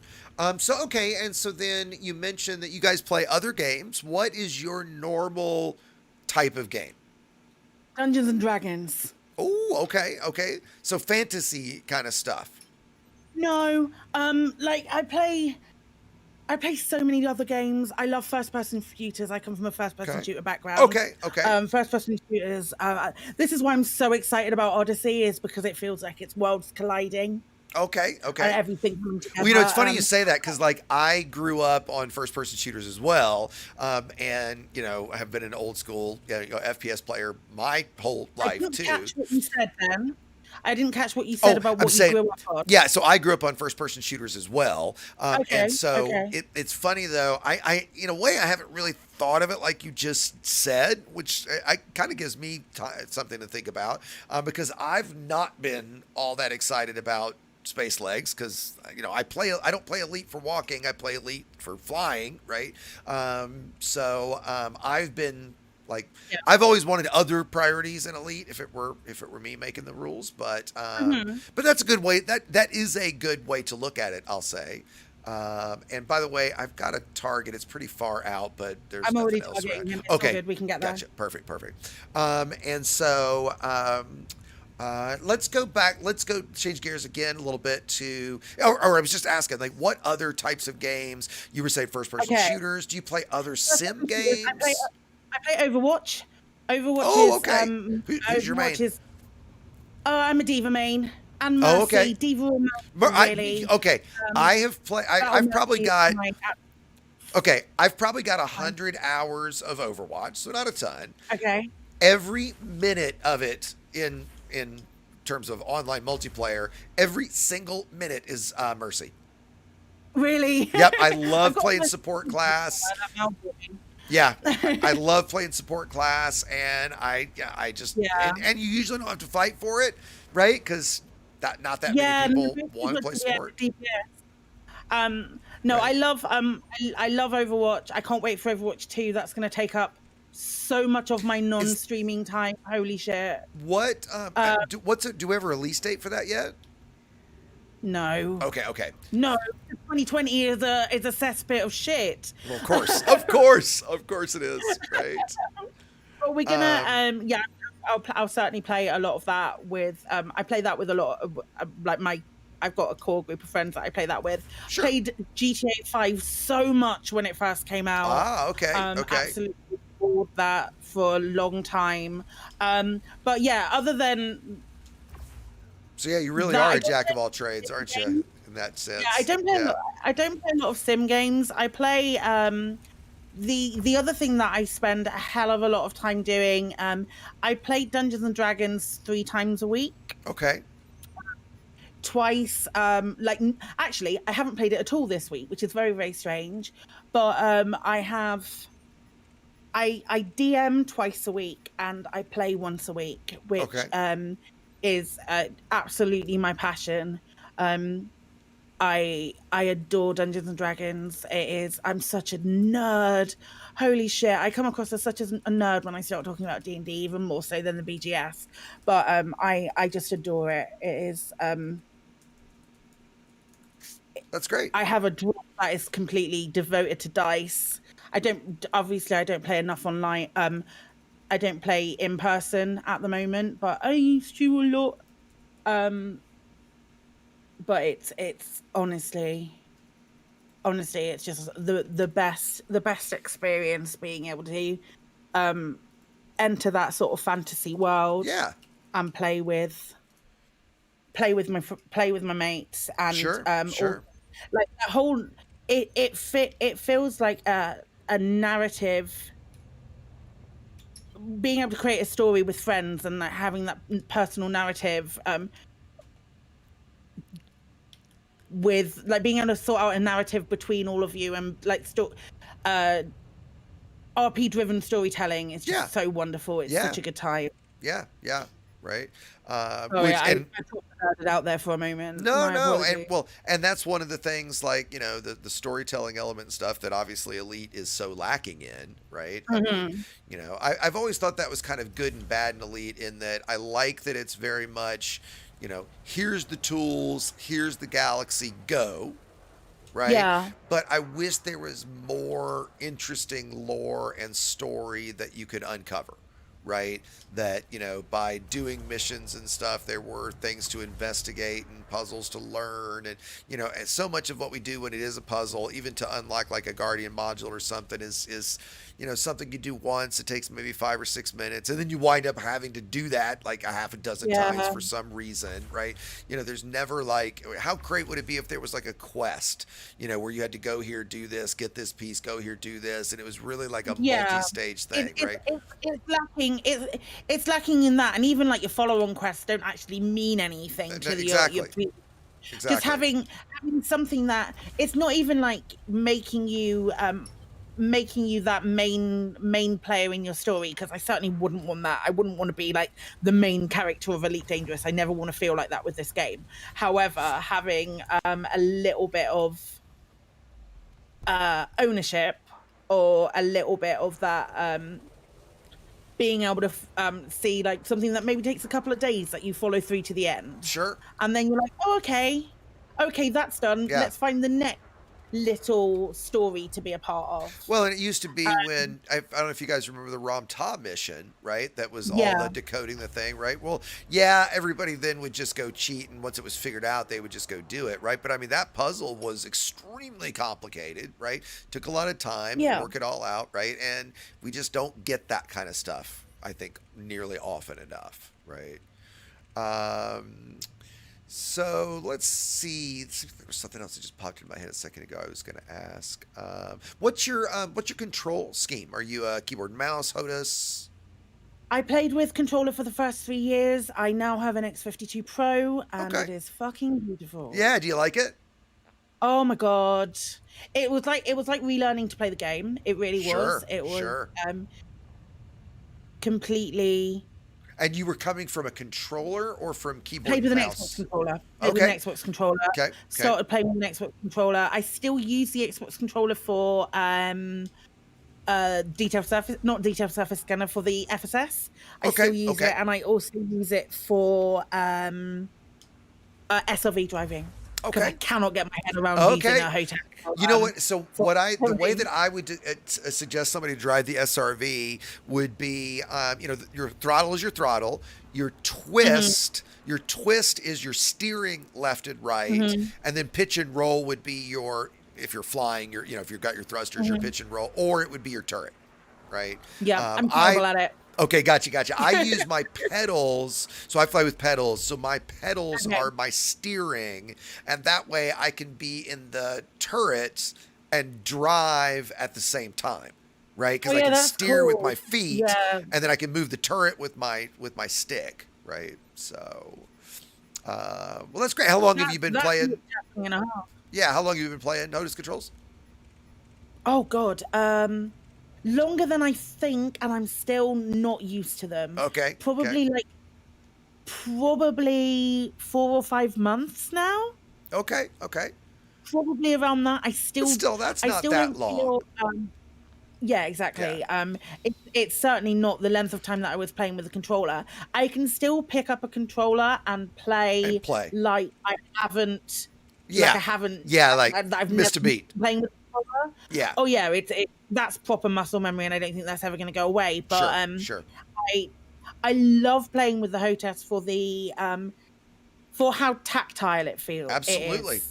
It's such a good. I highly recommend. They're like gold dust at the moment. Oh but, my god! Well, you know what's insane? So I recently added a left-handed stick. So I'm doing dual Okay. stick and throttle, right? So I've got stick, and throttle. Mm-hmm. And the on the stick, I went with the VKB Sim Gladiator, and they're Yep. one of the few companies that not only still have things in stock, but didn't mark anything up and aren't charging any sort of premium. Right, so it was the bought it recently. It was $180 shipped. It is very high quality of a single, just a stick. It's my favorite stick that I've flown before. Oh come on, you little fucker, chasing down this cobra. It's not worth. It's Well, not I do have long range rails. I guess I'm missing it. Oh, one more shot and I'll have him. Got him. Or her, Lady Fiona. By the way, I noticed a second ago Jim Clark was in the instance.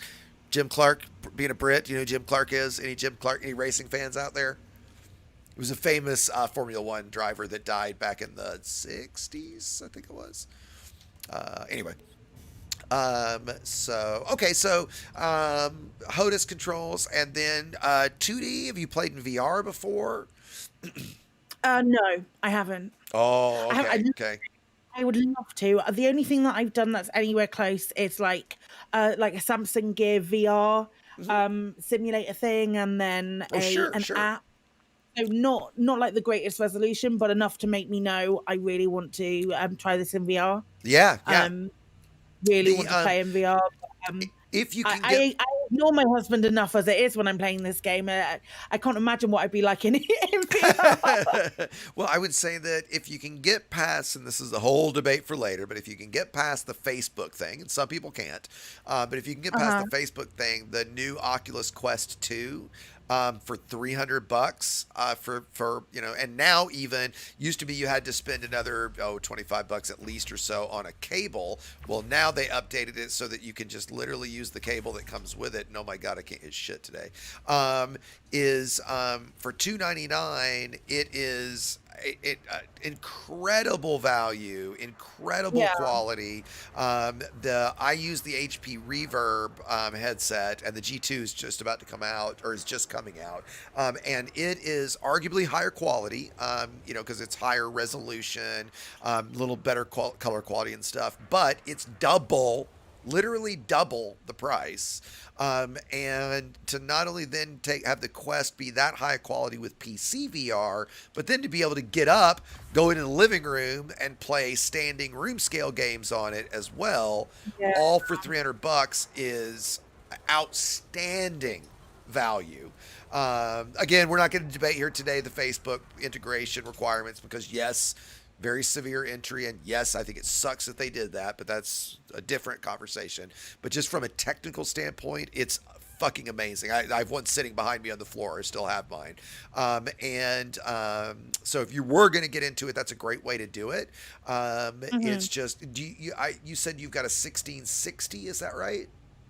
Yes. So yeah, you're right at the lower limit. Like, I think you could play Elite. You'd be playing it on kind of absolute lowest settings with a 1660, right?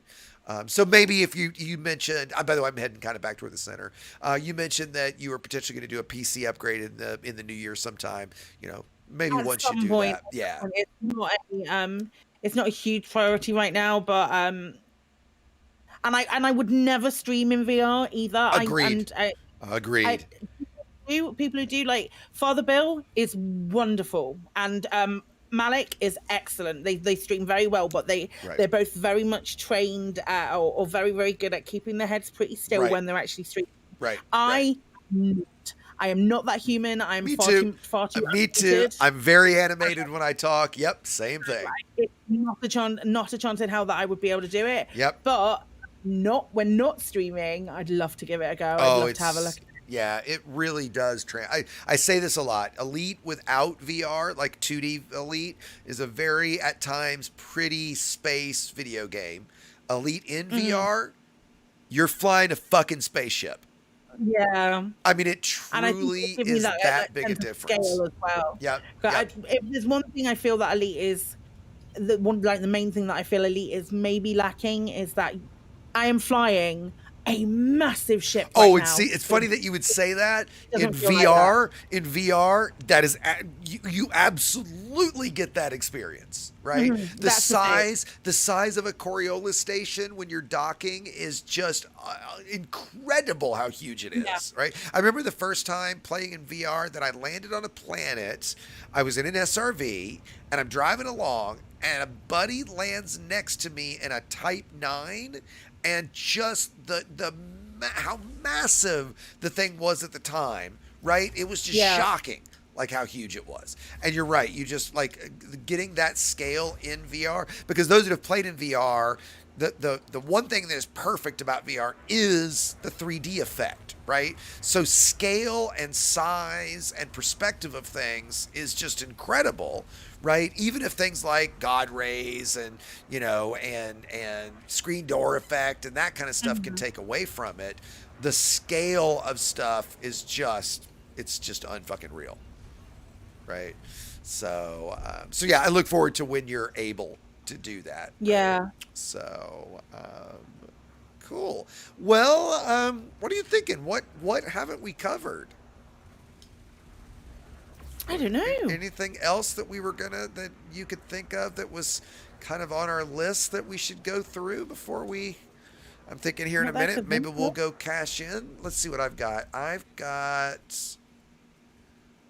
Let's see.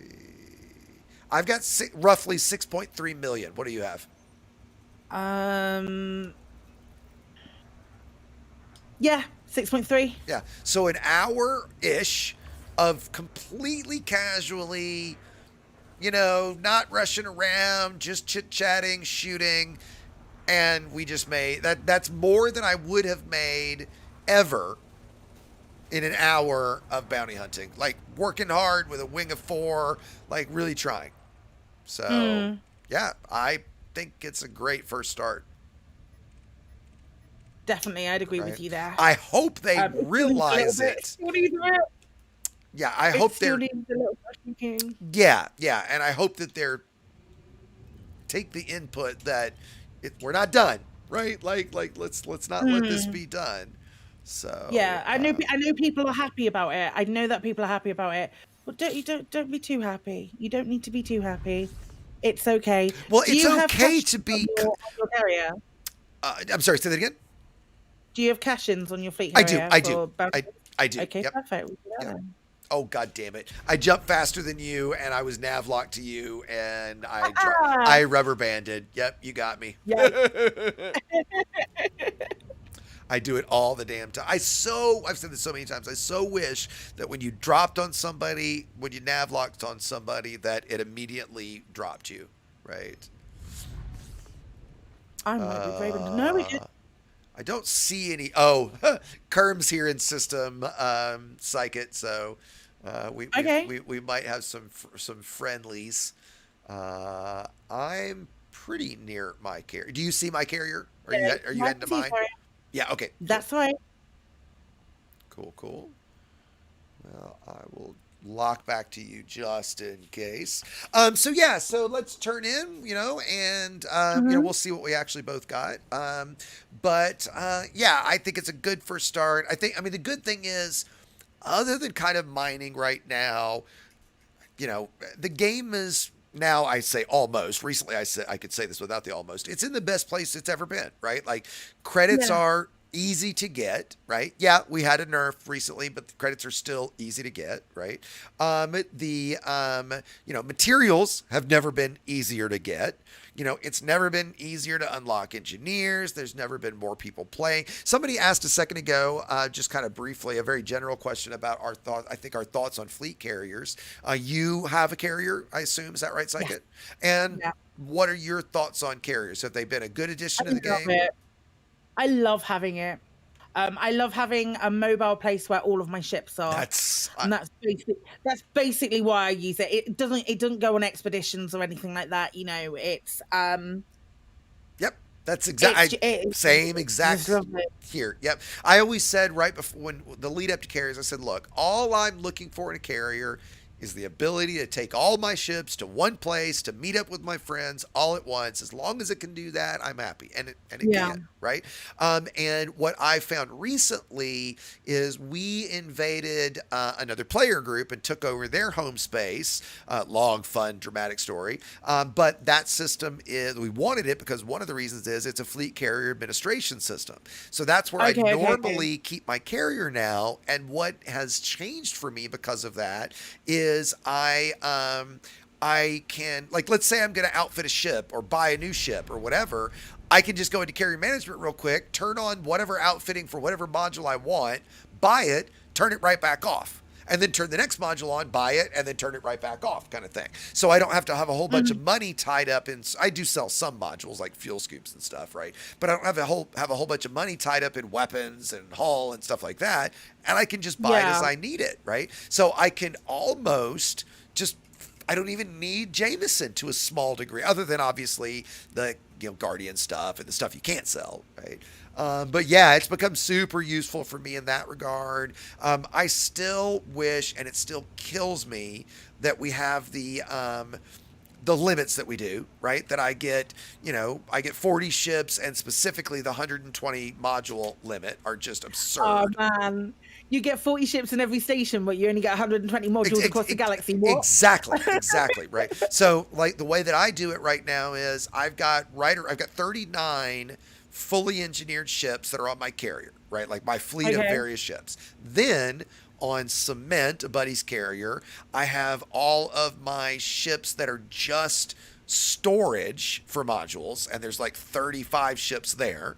Then in a station in our home system, I have another 25 ships that are kind of in a varying state of build, right? So all because my carrier won't let me store more than 120 modules. Yet it has 25,000 slots, right, for other things, but I can't store my own fucking modules. Yeah, Right? it's very, very unfortunate. Yeah, it's just- that I really, really hope that they change, I completely agree. Yeah. quadruple it at least. Well, I'm not going to be just double. I agree, quadruple it at least, or just let me say every 100 slots costs me 1 million credits a week in upkeep. I pay Right? through the nose. Absolutely. I would legit pay through the nose for it. Yep. Just like. By the way, I wouldn't. I was buying arcs. Exactly. I just redeemed 4.8 million. Yeah, same. Awesome. Around that. Awesome. Yeah. And again, just casual. We weren't trying. We were just fucking around, and that's great. Right. That took nothing. I wasn't even concentrating. It was great. Yeah. And by the way, somebody in chat said, didn't it used to only be 30 modules? No, it was 60. And then they on a whim jumped it to 120. Everyone was so grateful. Right. Yes, right. It's just really angry. It's never made sense to me in any way, and I really hoped when we got carriers that they would finally open it up, because I've got I think I looked the other day, I've got like 9 billion tied up just in ships to store everything. And I get, by the way, everybody, that I'm ridiculous and that's a stupid, ridiculous amount. I completely get it and agree, right? It's the nature of kind of what I do. Like, I'm sure Psykit had a bunch, right? Oh, okay, here we go. We got to measure one quick thing, Psykit. Go to your codex. If you're up for this. Whoops. Yeah. We can go to the codex. We can have some kind of big measuring contest. We're gonna have I've already won twice now. Oh, okay. One twice against me or one twice against other people? Don't worry, it's fine. What's up? What are we looking for? Okay, so let's see where we beat each other. So let's first go to let's go to something we think you'll win. What's something you think you'll win? Oh gosh. Oh, I honestly don't know. Well, let's just start with balance. Okay. Right? You probably. And by the way, for whatever reason, current assets doesn't list your carrier or any of the cash you have on your carrier. I don't know why it doesn't do that. It's yours ridiculous. is nearly double mine. Yours is nearly double mine. Okay, so I'm right at 12 in assets, but really I'm at about 22. Right? Yeah, I've got 6.1, but really I'm at about 12. Okay, what about your total? 30, 40. What about your rebuys? How many rebuys and what's your total? Oh God, where do you? Where do you So see it's on the that? balance. It's on the balance screen, Okay. bottom right. Total claim cost. Yours is far more higher than mine. What's yours? 624 million. Okay, that's not bad. I'm not even at the billion yet. That's not bad though. How many insurance claims? 139. Okay, I did okay. one the other okay. day. The other day, I ran my cutter into the back of my fleet carrier and destroyed it. That was fun. Oh, That was a silly boost. I'm gonna say on my part. that's not a fun way to earn a rebuy, right? No, and yeah, but it I went really honestly, well for a highlight video Yeah. for I hadn't November. seen that I had crossed 4 billion in rebuys, so I just noticed I crossed 4 billion. What Right. about combats? How about oh, this is interesting. Highest single reward. I noticed that. So the highest for me now is 1.4 million. Mm. Right? How many bounties claimed? 4,058. Ooh, okay, I'm at 5333. Are you elite in combat? No. Yeah. Okay. Gotcha. I'm 5333 I think I'm like 30% away from it. on But deadly. I'm not cheesing it or anything. Yeah, gotcha. I've done a little bit of thug stuff, but not like Yep. super cheesy. You know, the good thing is there's not. I mean, here's the thing. You kind of say it that way. In my opinion, there's not a cheesy way to do combat right now. Scouts is the fastest way, but scouts are not cheesy by They're any not stretch. easy. No, right? It's still like, oh, I really want to get elite combat. Okay, a lot of people go, Yeah. okay, well, I'll just go and farm scouts. Well, there But was a people- time. There was a Oh time. god, there used to be a time when it was prevalent that you could. Well, do that. do you know how? Did you know how to do it with scavengers? Yeah.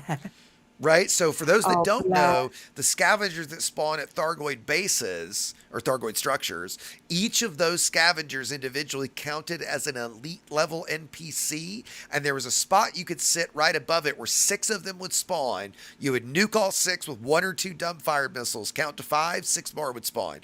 And you could do, in the last rank from deadly to elite, you could do about 10% rank per hour, which right now you can do about 2 to 3% with scouts, right? So Yeah. somebody shared that with me about a year and a half ago, and I obviously never made a video about it, right? So, and by the way, I just kind of looked down and noticed we've got a ton of folks who joined in Discord. And so I said a long time ago that he should join and say hi. Scorb, you should have said hi a while back when you jumped in.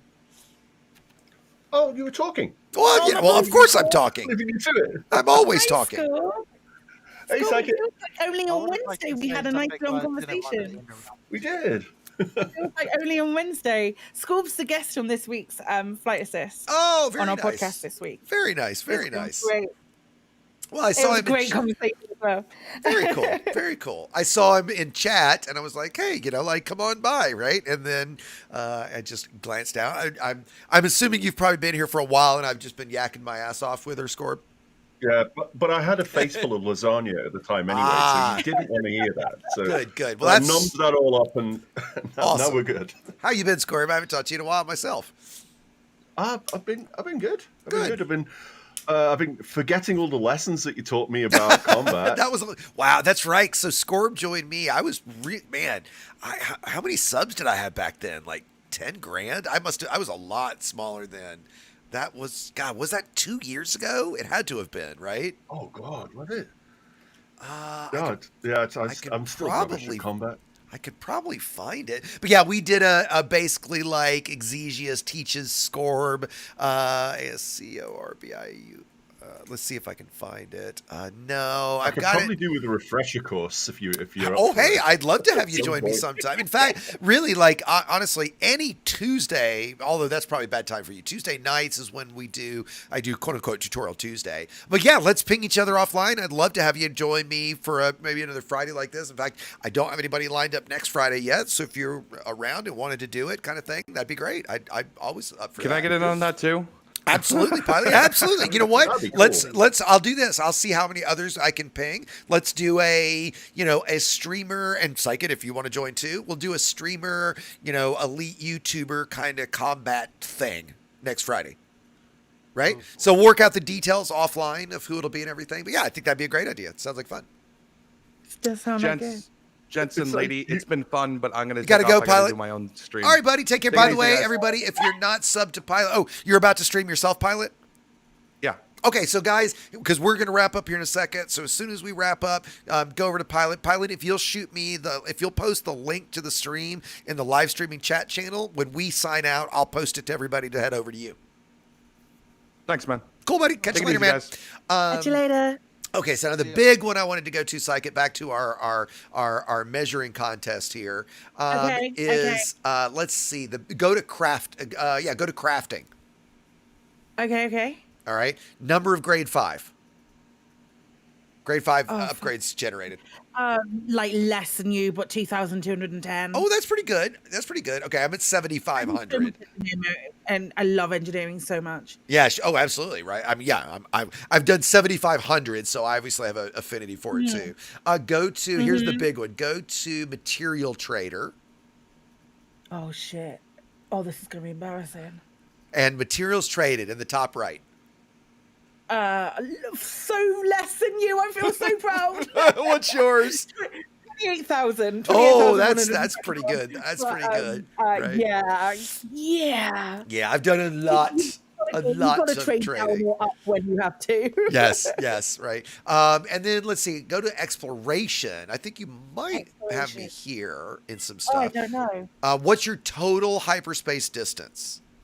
Kind of middle left. Probably not that much. I spent forever. Okay. No, you beat me. And not by much though. 800. Okay. You beat me by about 100. 100,000. Okay. For the first 3 years, 2.5 years that I played, with the exception of going to the Catskill Nebula to unlock the engineer, so going the 5K and to unlock the engineer, I did not leave the bubble once. It's only been very recently that I've been inclined to leave the bubble at all. What's your max distance? Have you been to Sage? Yes. Okay, 25. Loads of times. 25.9. Yeah. Okay, mine's 25,843 from start. No, mine's more than that. Okay, gotcha. In my alt, I've been much further, but in this account, I've just been that far, right? Yeah. I don't think there's any other like search and rescue. I've total search and rescue transactions 5. 11. Okay, got me there. Passengers, I've done 1,100 passenger missions. Oh gosh, 1,219. Oh, okay, you just got me beaten there. I love rescuing stations. It's burning stations. Oh, I agree. There's man, Psykit. If you on fire, so I can enjoy it. If you want to see what's an incredible experience, burning stations in VR is incredible. I can imagine. Oh man, we were talking to someone the other day, and it occurred to us that if they do burning stations in Odyssey, are we going to actually see people running out to the ship? That's like in your good, video with people coming out to the ship as well. Yeah. Are we actually going to see that happen? Are people going to be running out to the ship and the burning stations? And, I hope so. Oh my God, it'd be amazing, wouldn't it? It would save me a lot of CGI work. Well, yeah. It sure would. I was thinking about you something recently about Scorpius. I was thinking about you and the animations around. God, what was it? It was something where you popped into my head and I thought, I wonder what Scorb would think of this, or if I know what it was. Cyberpunk 2077 yesterday released a trailer for their camera tool, and one of the things you can do with the camera tool, you pause the game at any point, you then can as I understand it now, other cameras have done this as well, but you can repose your character in the scene, right, and kind of reframe the scene from the live game, right? And I remember thinking, for screenshots. Yeah, exactly, for screenshots, not for video, but for screenshots. Right. And I just remember at the time thinking that, man, I wonder if that would be a tool at all I bet a Scorb could get something really cool out of a tool like that. Right. Well, it'd be cool if you could set the camera up and then replay back like the last 10 minutes of gameplay so that you could get a really cinematic view of it. That would be awesome if you could do it that way. Oh, sure. Right. And by the way, guys, while we're chatting, Scorpius, just quickly for those that don't know, Scorpius makes, how would you say it, narratives around the game? How would you give the quick version, Scorpius? It's like machinima, really. It's like Okay, okay. story-based videos. Yeah, yeah. And using Elite's engine, he does all his own animations. It's really, really impressive stuff. It takes a ton of work. I just posted in the link to both Twitch and YouTube, so you guys go give him a follow. I posted in your Twitch, Scorpius. Is that the best, or should I share your YouTube? Well, YouTube is for videos. Like Twitch is just is for streaming. Okay, stuff. and is YouTube just /CMDR Scorpius? YouTube / YouTube.com/ No, Okay, I yeah. never knew what. Well, here, hold on. It's like I was saying to Psykit, and like I can barely remember my own phone number because I never call myself. It doesn't look like that's right. Let Doesn't me look find like that the for you. Scorpius is right. It might be CMDR or Scorpius. I think / Oh no, it's not that. Oh dear, I'm professional YouTuber here. Yeah, exactly right. Yeah, so if you can find it. So anyway, we'll get it in a second, guys, and I'll paste it in. And no, somebody just asked, does Obsidian do streams for Elite? At times, but it's pretty rare. He usually just does his produced content. We used to, as a group, Scorp was part of this, we used to do a thing called the Creators Roundtable, but we gave that up. Like, it kind of turned into a bitch fest that a lot of us got tired of, so we gave that up a while back. But yeah, Obsidian is playing a lot of Microsoft Flight Sim. He's definitely still playing Elite, definitely still active with Elite, so don't worry about that or anything. I just But, posted it, but I got Oh! spam blocked. for Oh, Skull. DM it to me then. I found the link. Yeah, DM it to me. real It's quick. just youtube.com/Commander Ascorbius. There's no CMDR. Commander. Okay, gotcha. Commander. It's quite embarrassing that you got it first. That is found it awesome. first. That is awesome. Right. Oh, My shit. Google food is superior to everybody. And of course, I just, as I typed it in, I added a character to it. Oh, God damn it. Now, there it is, guys. Sorry, I typed it twice in YouTube, but go give Scorb a follow and a sub. He definitely deserves it because it is some very, very cool stuff. And have you ever done I know we've talked about briefly in the past, like how you make your videos, but have you ever done a behind the scenes, here's how the magic happens sort of video? I always think about doing one, and I think I'll record myself doing the thing, so you can see me like in After Effects or an iClone or something. Yeah. And then I get so stuck into the work, and it takes so long that I just forget. Yeah. So what I normally do is I'll write a blog post on my website about it, so I can go into details with screenshots and techniques and stuff like that on there. So that's scorpius.com if you want to go check that out. Okay, cool. I don't know if you've seen. I released a new video on Thursday. Oh no, I haven't seen it yet. It's so good. Oh, okay. Awesome. To be fair, in my defense, I honestly didn't know that was something that you did, and I feel like a little guilty for not knowing that was something that you did. I just knew you as like a pillar of the Elite Dangerous community. I think that's fair enough to say for Scorb. He might not say it himself, but he absolutely is. Knew him of that, and then knew that you did the Elite Dangerous streams. And then when we were arranging Flight Assist, and you messaged me, oh, I've got this YouTube video coming out, do you want to watch it? I was like sat there for 3 hours watching the rest of your stuff. It was so good. Nice. I was blown away with how good you are. It's so interesting, and stuff that there was not a lot of other content out there like. It's so good. It's so good. There's me, there's Turgeon Starstone, there's Commander Mechanic Machine. Man as well does similar stuff. Right. And by the way, Scorp, just quickly to make sure I have permission, I'm not playing the audio right now, but I'm just kind of showing the video so people get an idea of what we're talking about, right?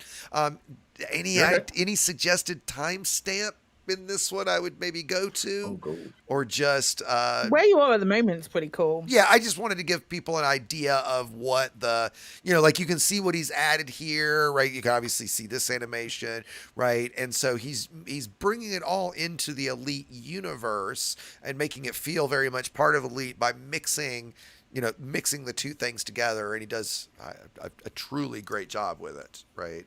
It you know. needs to get forward probably about a third of the way through. There is a montage. Right, so that's good. people on the station.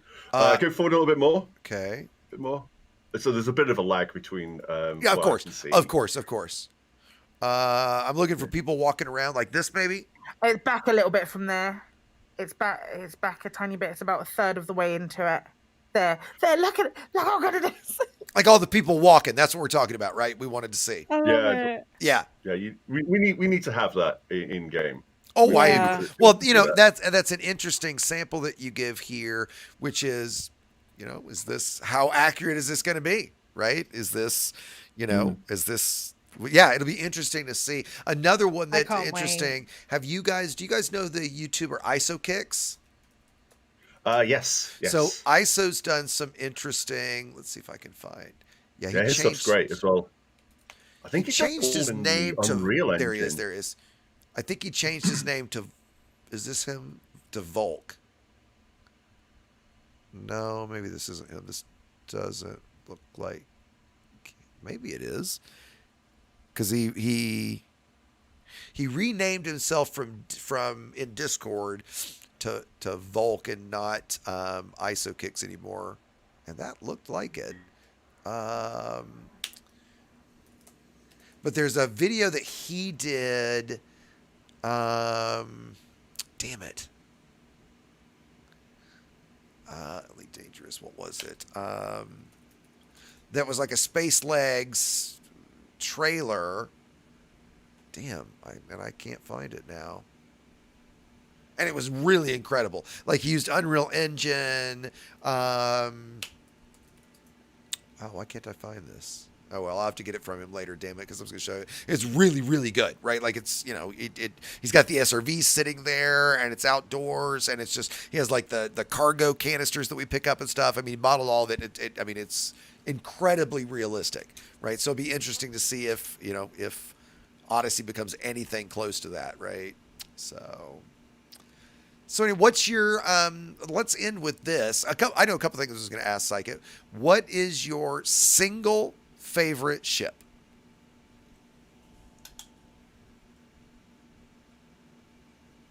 Oh, Psych. Okay, just realized, how long have I been deafened? Maybe about sort of 30 seconds. Okay, so okay, don't worry good. about it. I bumped up. I was chatting with Discord at least. So the question you didn't hear was, what is your favorite single ship? Corvette. Okay, it is. Right now, what is your, if you could only fly a single ship, what would it be? Corvette. Really? Like literally, you Yep. don't get any other ship. It would be the Vet. Yep. Okay. Yep. And why? I don't give a shit about landing on outposts. I just love it. I think it's beautiful. Okay. Okay. I absolutely think it's beautiful. You can it's really good at the stuff that it can do. Sure. You can give it a high enough jump range that it can be a viable. I think you can get almost 50 out of it, can't you? Yeah, exactly. You can 40 make a something, viable 40 plus. explorer out of it. If I only had to fly a Corvette, I've got 3. Okay.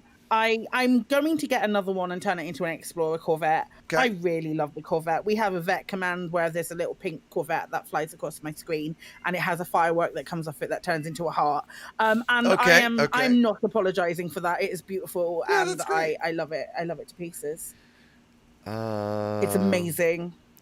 I feel really powerful in it. That's my favorite ship. Okay. Okay. What is your least favorite ship? Right. Normally, the meme is to say that it's the Scout. Of course, I've never flown right? an Of I've course. never flown an Scout. Oh, it's For a just very long so time. terrible. For a very long time, it was the Anaconda Okay. until I realized the utility of the Anaconda. Okay. It's very good at going long places. I wouldn't say anymore that I necessarily had a least favorite ship. Okay. It is close to being the Chieftain. Really? Only I'm because, surprised. Okay. only because of how its canopy, to me, and I know a lot of people Yeah. don't find this, Yeah. but its canopy is a little bit made of cheese. Yeah. So Yeah. I'm not super keen on it. But Yeah, I don't have like a particular least favorite ship. I have ships that I will go. I will pick to fly over others. The Phantom, the Corvette, and the Crate Mark II, and the DBX. I would say would be my top 4. And by the way, question for chat too. I see a few people have tossed in. We've got the I Courier. I'm curious. What do you guys think? What are your favorite ships as well? What do you think is the best looking ship? Corvette. You do seriously? Yeah, I think it's beautiful. Okay. I think it looks good for a military ship.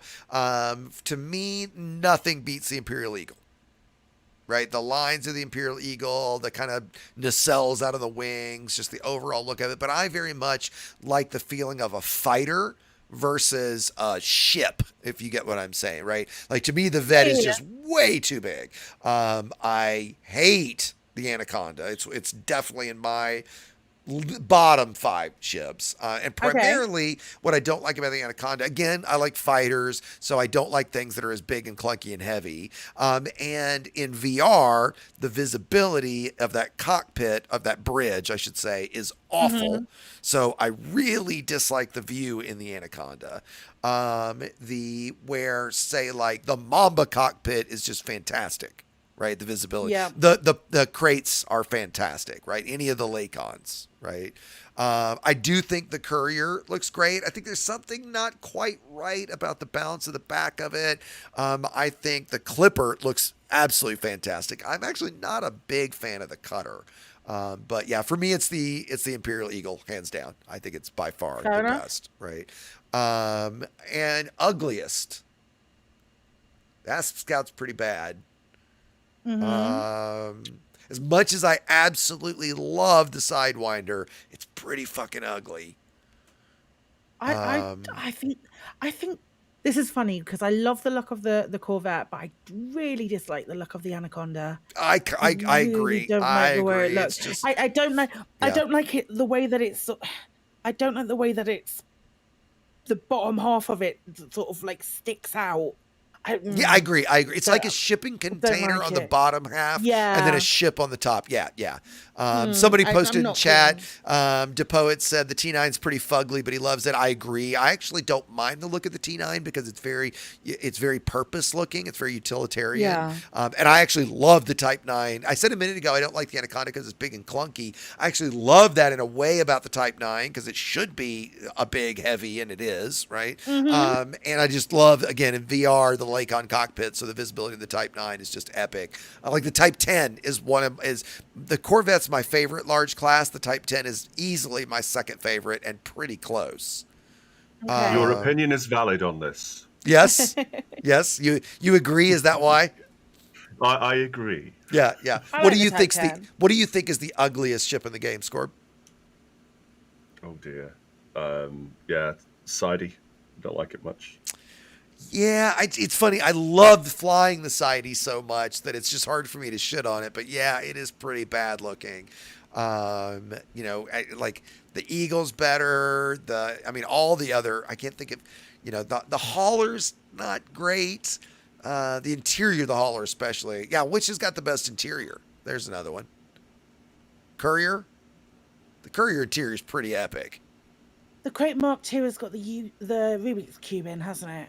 Well, and it's also got the big, the visibility in the Crate Mark II is fantastic, just like the Asp. I think it gets extra points for Rubik's Cube, so yeah. But it's also got that trip hazard cable along It does. the ground. It there. does. I mean, It does. You have to take points off for that. Once you know it's there, you can step over it. I would fall. I would trip on Crikey. that thing all the time, right? Cement says FDL for, I'm assuming he means for exterior looks because the interior of the FDL sucks. Other than the hot tub, God damn it, when they model the interior of the ships, it fucking better have a hot tub. That's all I gotta say. Because you guys know in lore it has a hot tub, right? Did you guys know that? I love, yeah. I love the I love the I DBX. did not know that. Yeah, it the does. DBX is beautiful. Yeah, How does that work? That fun. Okay, so you know when you look at the front of the FDL, actually here, hold on, I'll even pull mine. I'll get in mine real quick. The front of the FDL, there's like a little kind of triangular thing. You can actually see it from inside the cockpit. It kind of feels like, I always thought it was kind of the nose of the ship, kind of peeking up a bit. But that apparently is like the skylight for where the hot tub is.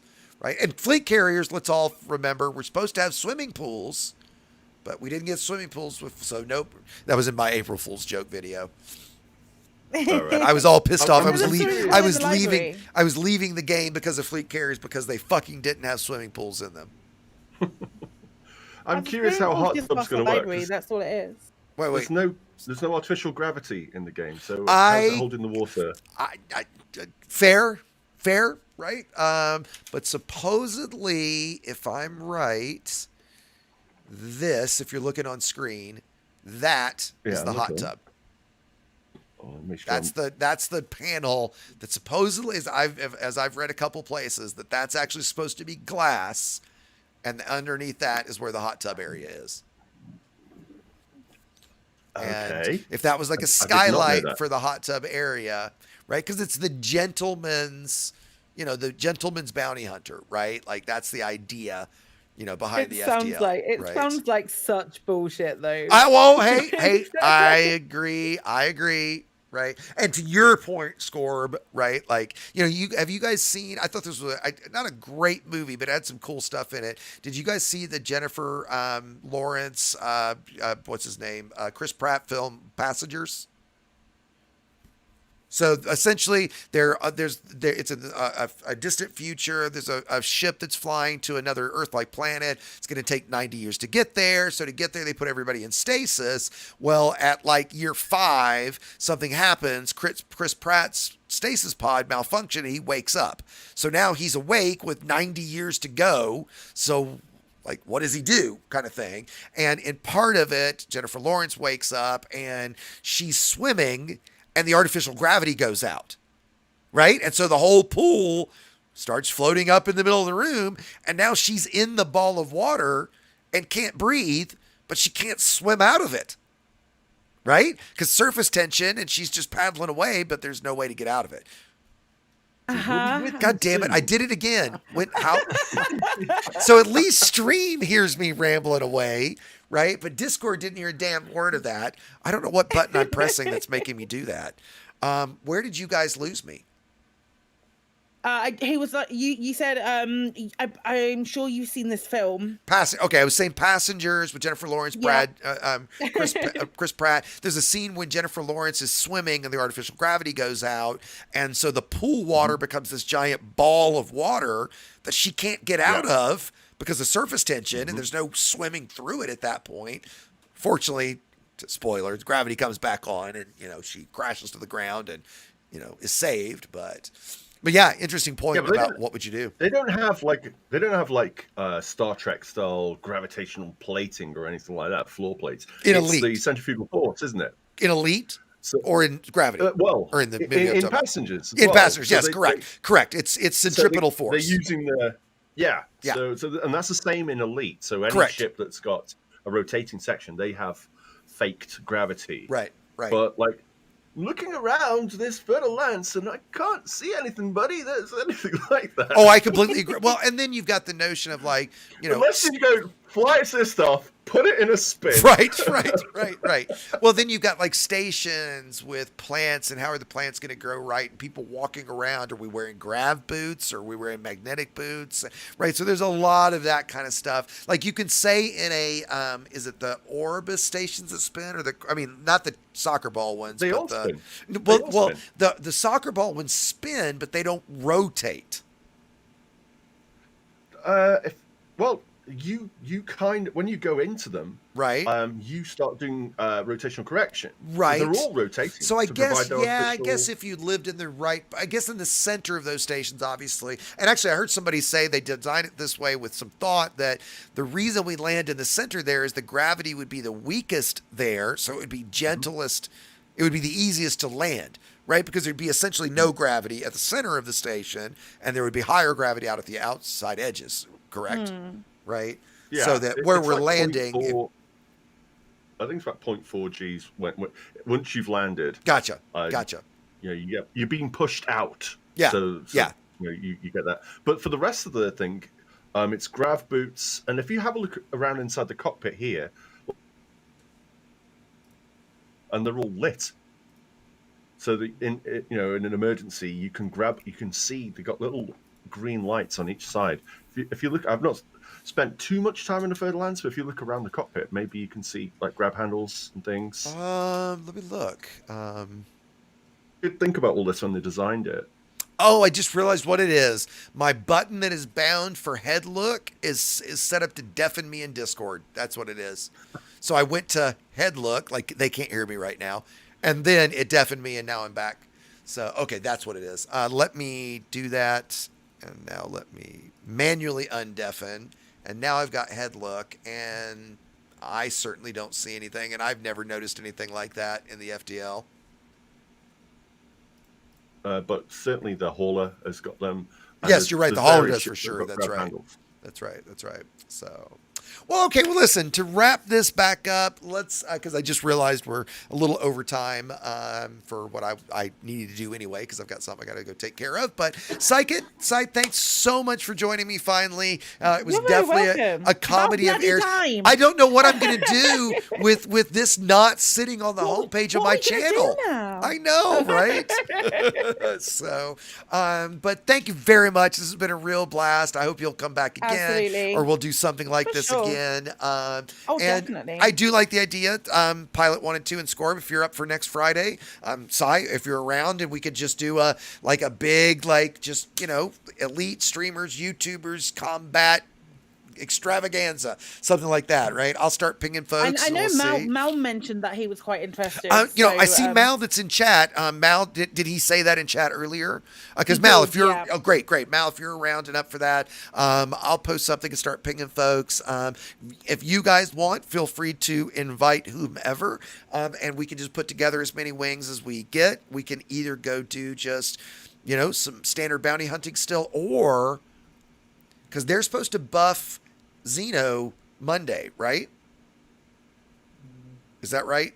That Xeno was going to be that's my next. understanding. So if that's the case, maybe we'll go do Xeno combat, right? Go do some Cyclopses, and if We could everybody's not do. done that, right? I have never survived an encounter with them. Really? Like, even when you killed one. Like I died straight after because I Okay. was like melting. Yeah. Okay, that's what we'll do then, because we've all gotten a lot better at it. Score, what sort of engineering access do you have? Most of it, I think. Okay. Whether I've got the material. That's Okay. it. Fair enough. So I'll give you what is your preferred ship, Scorb? Like Chieftain, FTL, Mamba, Crate. I right. don't know. Tell me what ship will be good. I'm a filmmaker. They're all props. Crate Mark 2. You'll be fine with Crate Mark 2. It'll be perfect. Crate Mark 2. Chieftain, Faz. I do like the Chieftain. Chieftain, okay. Only Yeah, negative with the Chieftain is canopy's can be a little on the weak side, but not to the point that don't use it. Exactly, right. Okay, so I'll put together. I'll grab one of my Chieftain builds and send along to you later. That as close as you can get to it, so to speak. Do you have access to the Guardian weapons? No. Okay, if you were up for it, unlocking the Guardian Gauss cannon, the medium Gauss cannon, that would be game changing in terms of Thargoids. Okay, I'll see. Not required, but I'll see what I've got, because I don't think I've got them. Because I don't like to grind anything. Fair enough, and fair enough. The Guardians are just the epitome of grind. yeah, fair enough. Now, I will say, doing the one, if you were going to go unlock a single medium Gauss cannon, that's fun. Like the first time you do it, the whole experience, it's really not very grindy because the first time you do the puzzle, the first time you figure this out, and I enjoy it. It's when you have to do, and right now, while you probably would have to log to grind some of the little materials, getting the actual blueprint, the puzzle part of it, you only technically need one, so you don't necessarily have to do the same bullshit over and over again, right? Right. So, Hey guys, this is the Poets. If you don't mind me chiming in, since I'm kind of new to Elite Dangerous. Sure. I just did the Guardian FSD trip, and I thought it was going to be a grind. That was actually a lot of fun. Yeah. I really enjoyed it. Should have taken you, what, about 90 minutes all the way around? Yeah, I Yeah, have that one. about that. It Yeah. was really fun. Yeah, So I'm looking yeah. forward to doing the other Guardian stuff. Yeah, it does get a little bit old once you've done it over and over, and literally the site for the FSD booster, because it used to take twice as many mats, and I had multiple accounts. Last time I counted, I stopped counting at 87 times I've done that puzzle. At 87 times, it's not fun anymore. At 20 times, it wasn't fun anymore. So and Sai, you went from 20 times to 87. At what point did you go, you know what, I'm going to stop soon? Yeah, dude, it's insane. And Sai, you have those unlocked or no? Yeah. You do? Okay, gotcha. And yeah, what level of what engineers and stuff do you not have, Sai? I have like 4 fully engineered anti-Xeno ships. Okay, great. So we're all good for that. Perfect. Are there any engineers you don't have just from a game? Do you have the Colonia engineers yet? I've got the Colonial engineers. There are 2 that I don't have fully unlocked, I don't think. Let me have a look. I've got Just all curious. of the Colonia engineers and pinned. I forgot that I was still in game. I have He's just randomly curious. unlocked for me yet because I haven't used PAs ever. You've never used PAs? I've never used PAs. Oh, no. I wish I'd have known that before this stream. Okay, that's what we're doing next time we stream together, Sai. We will do PA. And by the way, just to be clear, because friends of mine, specifically Lego here is going to give me big shit for this because I'm not great at PAs either, right? But I'm certainly good enough to get you started. And it would be interesting to have, like, I would potentially I have even a get PA somebody build like Lego. somewhere that I haven't used. Okay. Here's the biggest advice I can give you on PAs. Until you get good at them, never use long range or focused. And if you don't know, long range and focused both double the velocity of the projectile, making it much easier to land shots. Because that's the hard thing about PAs is the projectile is so slow. Makes it a lot easier, but once you get used to that, you will never be able, and this is me, I'm in this boat, you'll have such a hard time going back to using efficient, which is so much higher damage. The biggest single trick advice I'd give to people with PAs is don't fire unless you're closer than 1.5 kilometers. You basically need to be right on top of your target to hit it with PAs, right? Or unless unless it's like a vet or an anaconda or something big, right? So, but okay, for a future stream, we'll definitely talk PAs with Sai, right? I like that. I like that. So okay, well, listen, I think at this point, we'll wrap things up. Again, Sai, thanks so much for joining. Scorb, thanks for stopping by. Pilot, who was here earlier. And let's see, I think I wrote down his, or jotted down his address. So let's stop by the Pilot's stream as we head out. As you guys are done, he's streaming right now, so go give him some loving. Otherwise, again, Sai, thanks so much. I'm glad we finally got this going. And yeah, and the other thing that I want you to join sometime for, Sai, is Sidewinder Slaughter. We did. Well, I did the Yogs guys. Did the you? one with Oh, the that's Yogs. right. When we had the Yogs Yeah, guys. That's right. that That's one. right. That's right. So yeah, but come back again sometime. So for everybody else, the next one of those will be Monday night at 8 Eastern. And other than that, yeah, again, Sai, thanks for stopping by. And No worries. everybody in Discord, I'm going to hang out for just a second here before I head out. But everybody on stream, again, thanks for coming. Let me make sure and put Sai's social stuff back in. Please go give her a follow on Twitch. / Psykit and everything that matters. It's an easy way to put it, isn't everything it? that matters. You know, one thing I didn't... Twitter, YouTube, the 3. Let me ask one thing I didn't ask real quick. Where does the name come from? Just sounded cool?